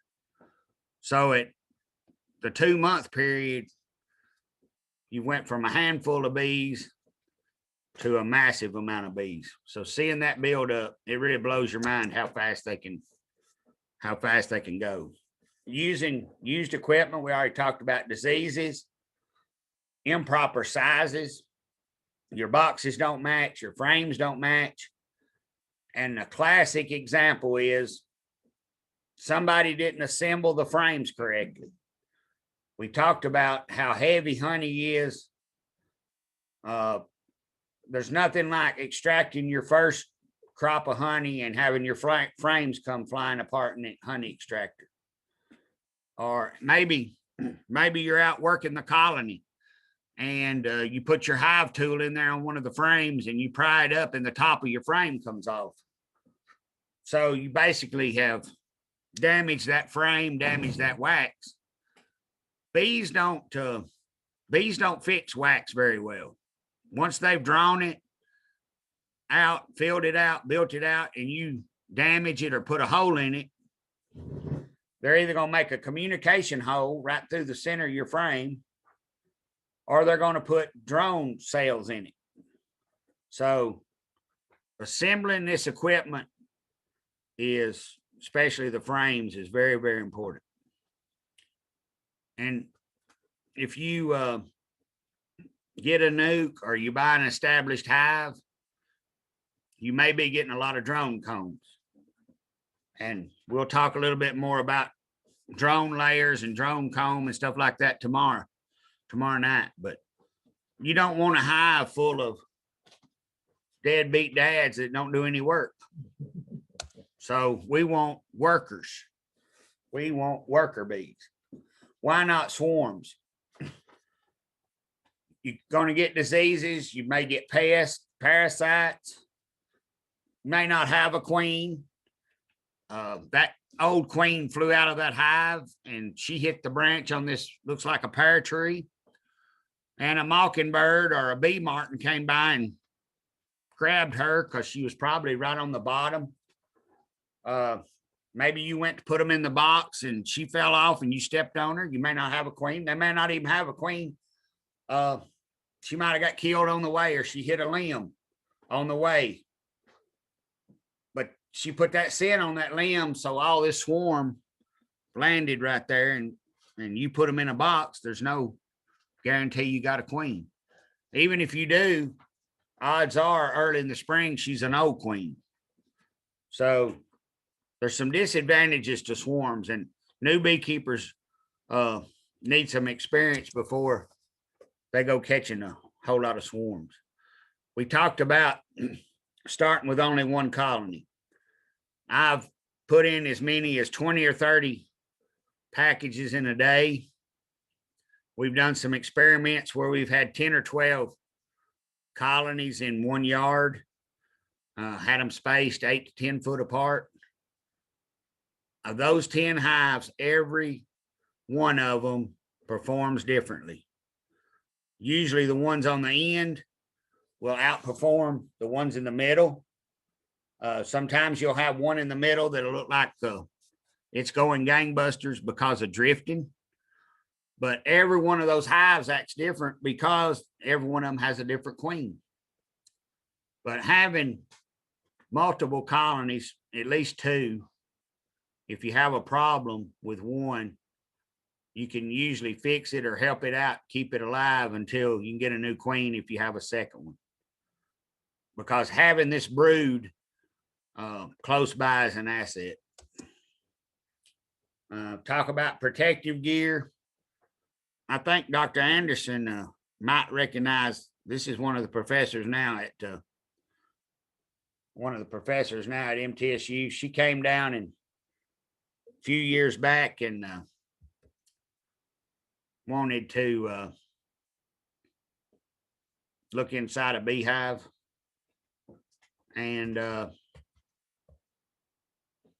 protective gear. You think about, I wear gloves still a lot. I mean, I can work beehives without gloves, but usually when I'm in a beehive, I'm going pretty quick. I'm not jerky or banging stuff around, but I want to make sure that I've got a good grip on the frame. A lot of times I'll mash bees with my fingers and make them sting me. So depends on what situation I'm in, whether I wear gloves or not. Coveralls are good. Now we have these new ventilated, breathable bee suits, where basically they've got 3 or 4 layers of material that have holes, and they're a whole lot cooler than these full body coveralls. And I mentioned the hive tool, and I did emphasize and I highlighted a lit smoker. Smoker doesn't do you any good if it's in the truck or left at home not lit. Not providing enough brood room or space on your hive. Bees work really, really fast. The saying, busy as a bee, you can never underestimate how fast a strong beehive can build out a frame. A big, strong hive, I've seen them draw a box in 3 days. That means build the comb out and fill it with nectar in 3 days. So we have to provide ample room. So we get busy and we're watching March Madness, and we're not putting frames together. We're not putting boxes together.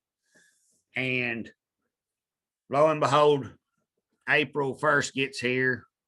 The bees are going gangbusters. And we hadn't been in the bees to see what kind of room they needed. And lo and behold, they got swarm cells or queen cells. And we could have prevented this swarming a lot of this swarming activity by giving them enough room. John, you got a question came in and it says, does a colony include a queen or can you buy 2 packages with 1 queen for 2 hives? Okay. When you get a package of bees from a commercial apiary, typically you can either buy a 2-pound or 3-pound package. That means 3 pounds of bees. And typically when you buy a complete package, you'll have 3 pounds of bees, hopefully not a lot of drones because they're useless. So you want 3 pounds or about 10,000, approximately 10,000 bees that are worker bees, females, sterile females. Then you'll have a queen in a cage, and we'll talk about the package and what all that looks like tomorrow night putting it in. But that queen will be in a cage. She'll be in a protective cage with 4 or 5 attendants, because queens, and like Dr. Collison talked about earlier, bees don't survive alone. So basically you got a queen, and that queen is caught out of a working hive. She should already be laying. Then you catch attendants or worker bees out of that same hive. And typically they'll have 4 to 5 or 6 attendants in that queen cage with her. We're not talking bees out of another hive. We're talking about attendants that come out of her hive. If you put attendants from another hive in there that don't have her smell or know her scent or her pheromones, then they could kill her because they don't think she belongs. So basically, when you're buying one package, you're buying 3 pounds of bees with a queen and usually some kind of feeder can. Now, there's nothing to say that you couldn't buy 6 pounds of bees and then only buy one of the packages with a queen. There wouldn't be any problem with dumping 6 pounds of worker bees in there, because basically those are out of different hives. When you buy a package, you don't get 3 pounds out of one hive and their queen. They go to all these strong hives and they shake frames. They got a hive where the queen's blocked and they know where she's at. So what they do is they go to a frame, hopefully on a brood frame, and shake these nurse bees into a big container. It looks like a funnel. They've got a mark on it, a line on it. And they got a chute. When that gets so full, they close it. Then they open another chute and the bees fall in your package container. They put a lid on that. They take it back to the packing shed. And then they've got a stack of these queens that they've caught out of these other queen hives. And they put that queen in her protective cage in with those bees. Now they start the bonding process right then. But this bonding process takes 3, 4, 5, 6 days. I mean, the odds of bees knowing that they need a queen and accepting your queen within an hour or two are probably 0 to 5%. That meaning if that queen gets out of that cage with those strange bees, they may last 5 minutes, may not even last 30 seconds before they attack and kill her, because they don't know that's her queen. It's almost like a cow taking an orphan calf. But there's a lot of options on buying those packages. But basically a complete package is a queen and 3 pounds of bees. If we think about this brood room, if we provide this ample space, it's going to help prevent swarming. It's going to keep the bees calmer, but we have to be prepared with extra equipment, because when you go from I had enough room to now they're crowded and I don't have enough room, then one box may not do it. You may have to put multiple boxes on. Misinformation can be a real problem. We talked about sticking with no more than a couple of sources of information. We talked about the internet being, YouTube especially, is misleading with information. I can give you an example. My daughter's car had a blower motor fan that went out. So I'm a real good one to type in YouTube, the model of the car, what's wrong with it, and then watch these YouTube videos on how to fix it.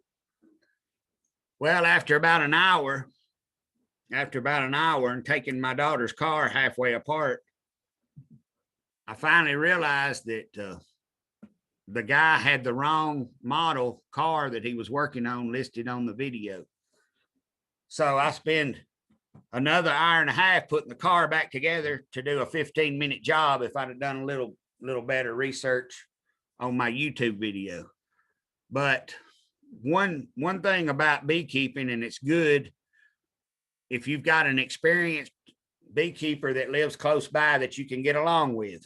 Now, the getting along with is the key. A lot of beekeepers have one way that they want to do stuff. But if you can get along with an experienced beekeeper that's close by that can sort of put you under their wing and help get some hands-on experience, then you'll be a lot more successful. Also, joining a local club, whether it may be a club that's real close to you, meets on a night you can't make it. I mean, you can find a club that's close by. And now I know it's aggravating. We're doing ours by Zoom, but we try to do the best we can to cover information that's timely for the time of year. Another pitfall is people don't select the proper hive location. You need to spend some time locating these hives. You need to think about it. You need to lay it out, and you need to think about all the options or what could go wrong, and try to avoid human and pet conflicts. And it's not an easy task to move an established honeybee colony. We already talked about that. And one thing, if you can't drive close to the hive, or your hive is way out of sight and out of mind, you're probably not going to take as good a care of it. After you carry a box or two, a couple 100 yards, if you carry a box of honey about 50 yards, you'll want that hive moved pretty quick. One thing, we're going to try to have some frames tomorrow night or some pictures. Assemble these hive parts correctly. Use glue and nails. And the proper nailing or stapling sequence, if you buy 100 frames, usually there'll be a diagram in there. It's about 10 nails. It's about 10 nails that you got to have. And you can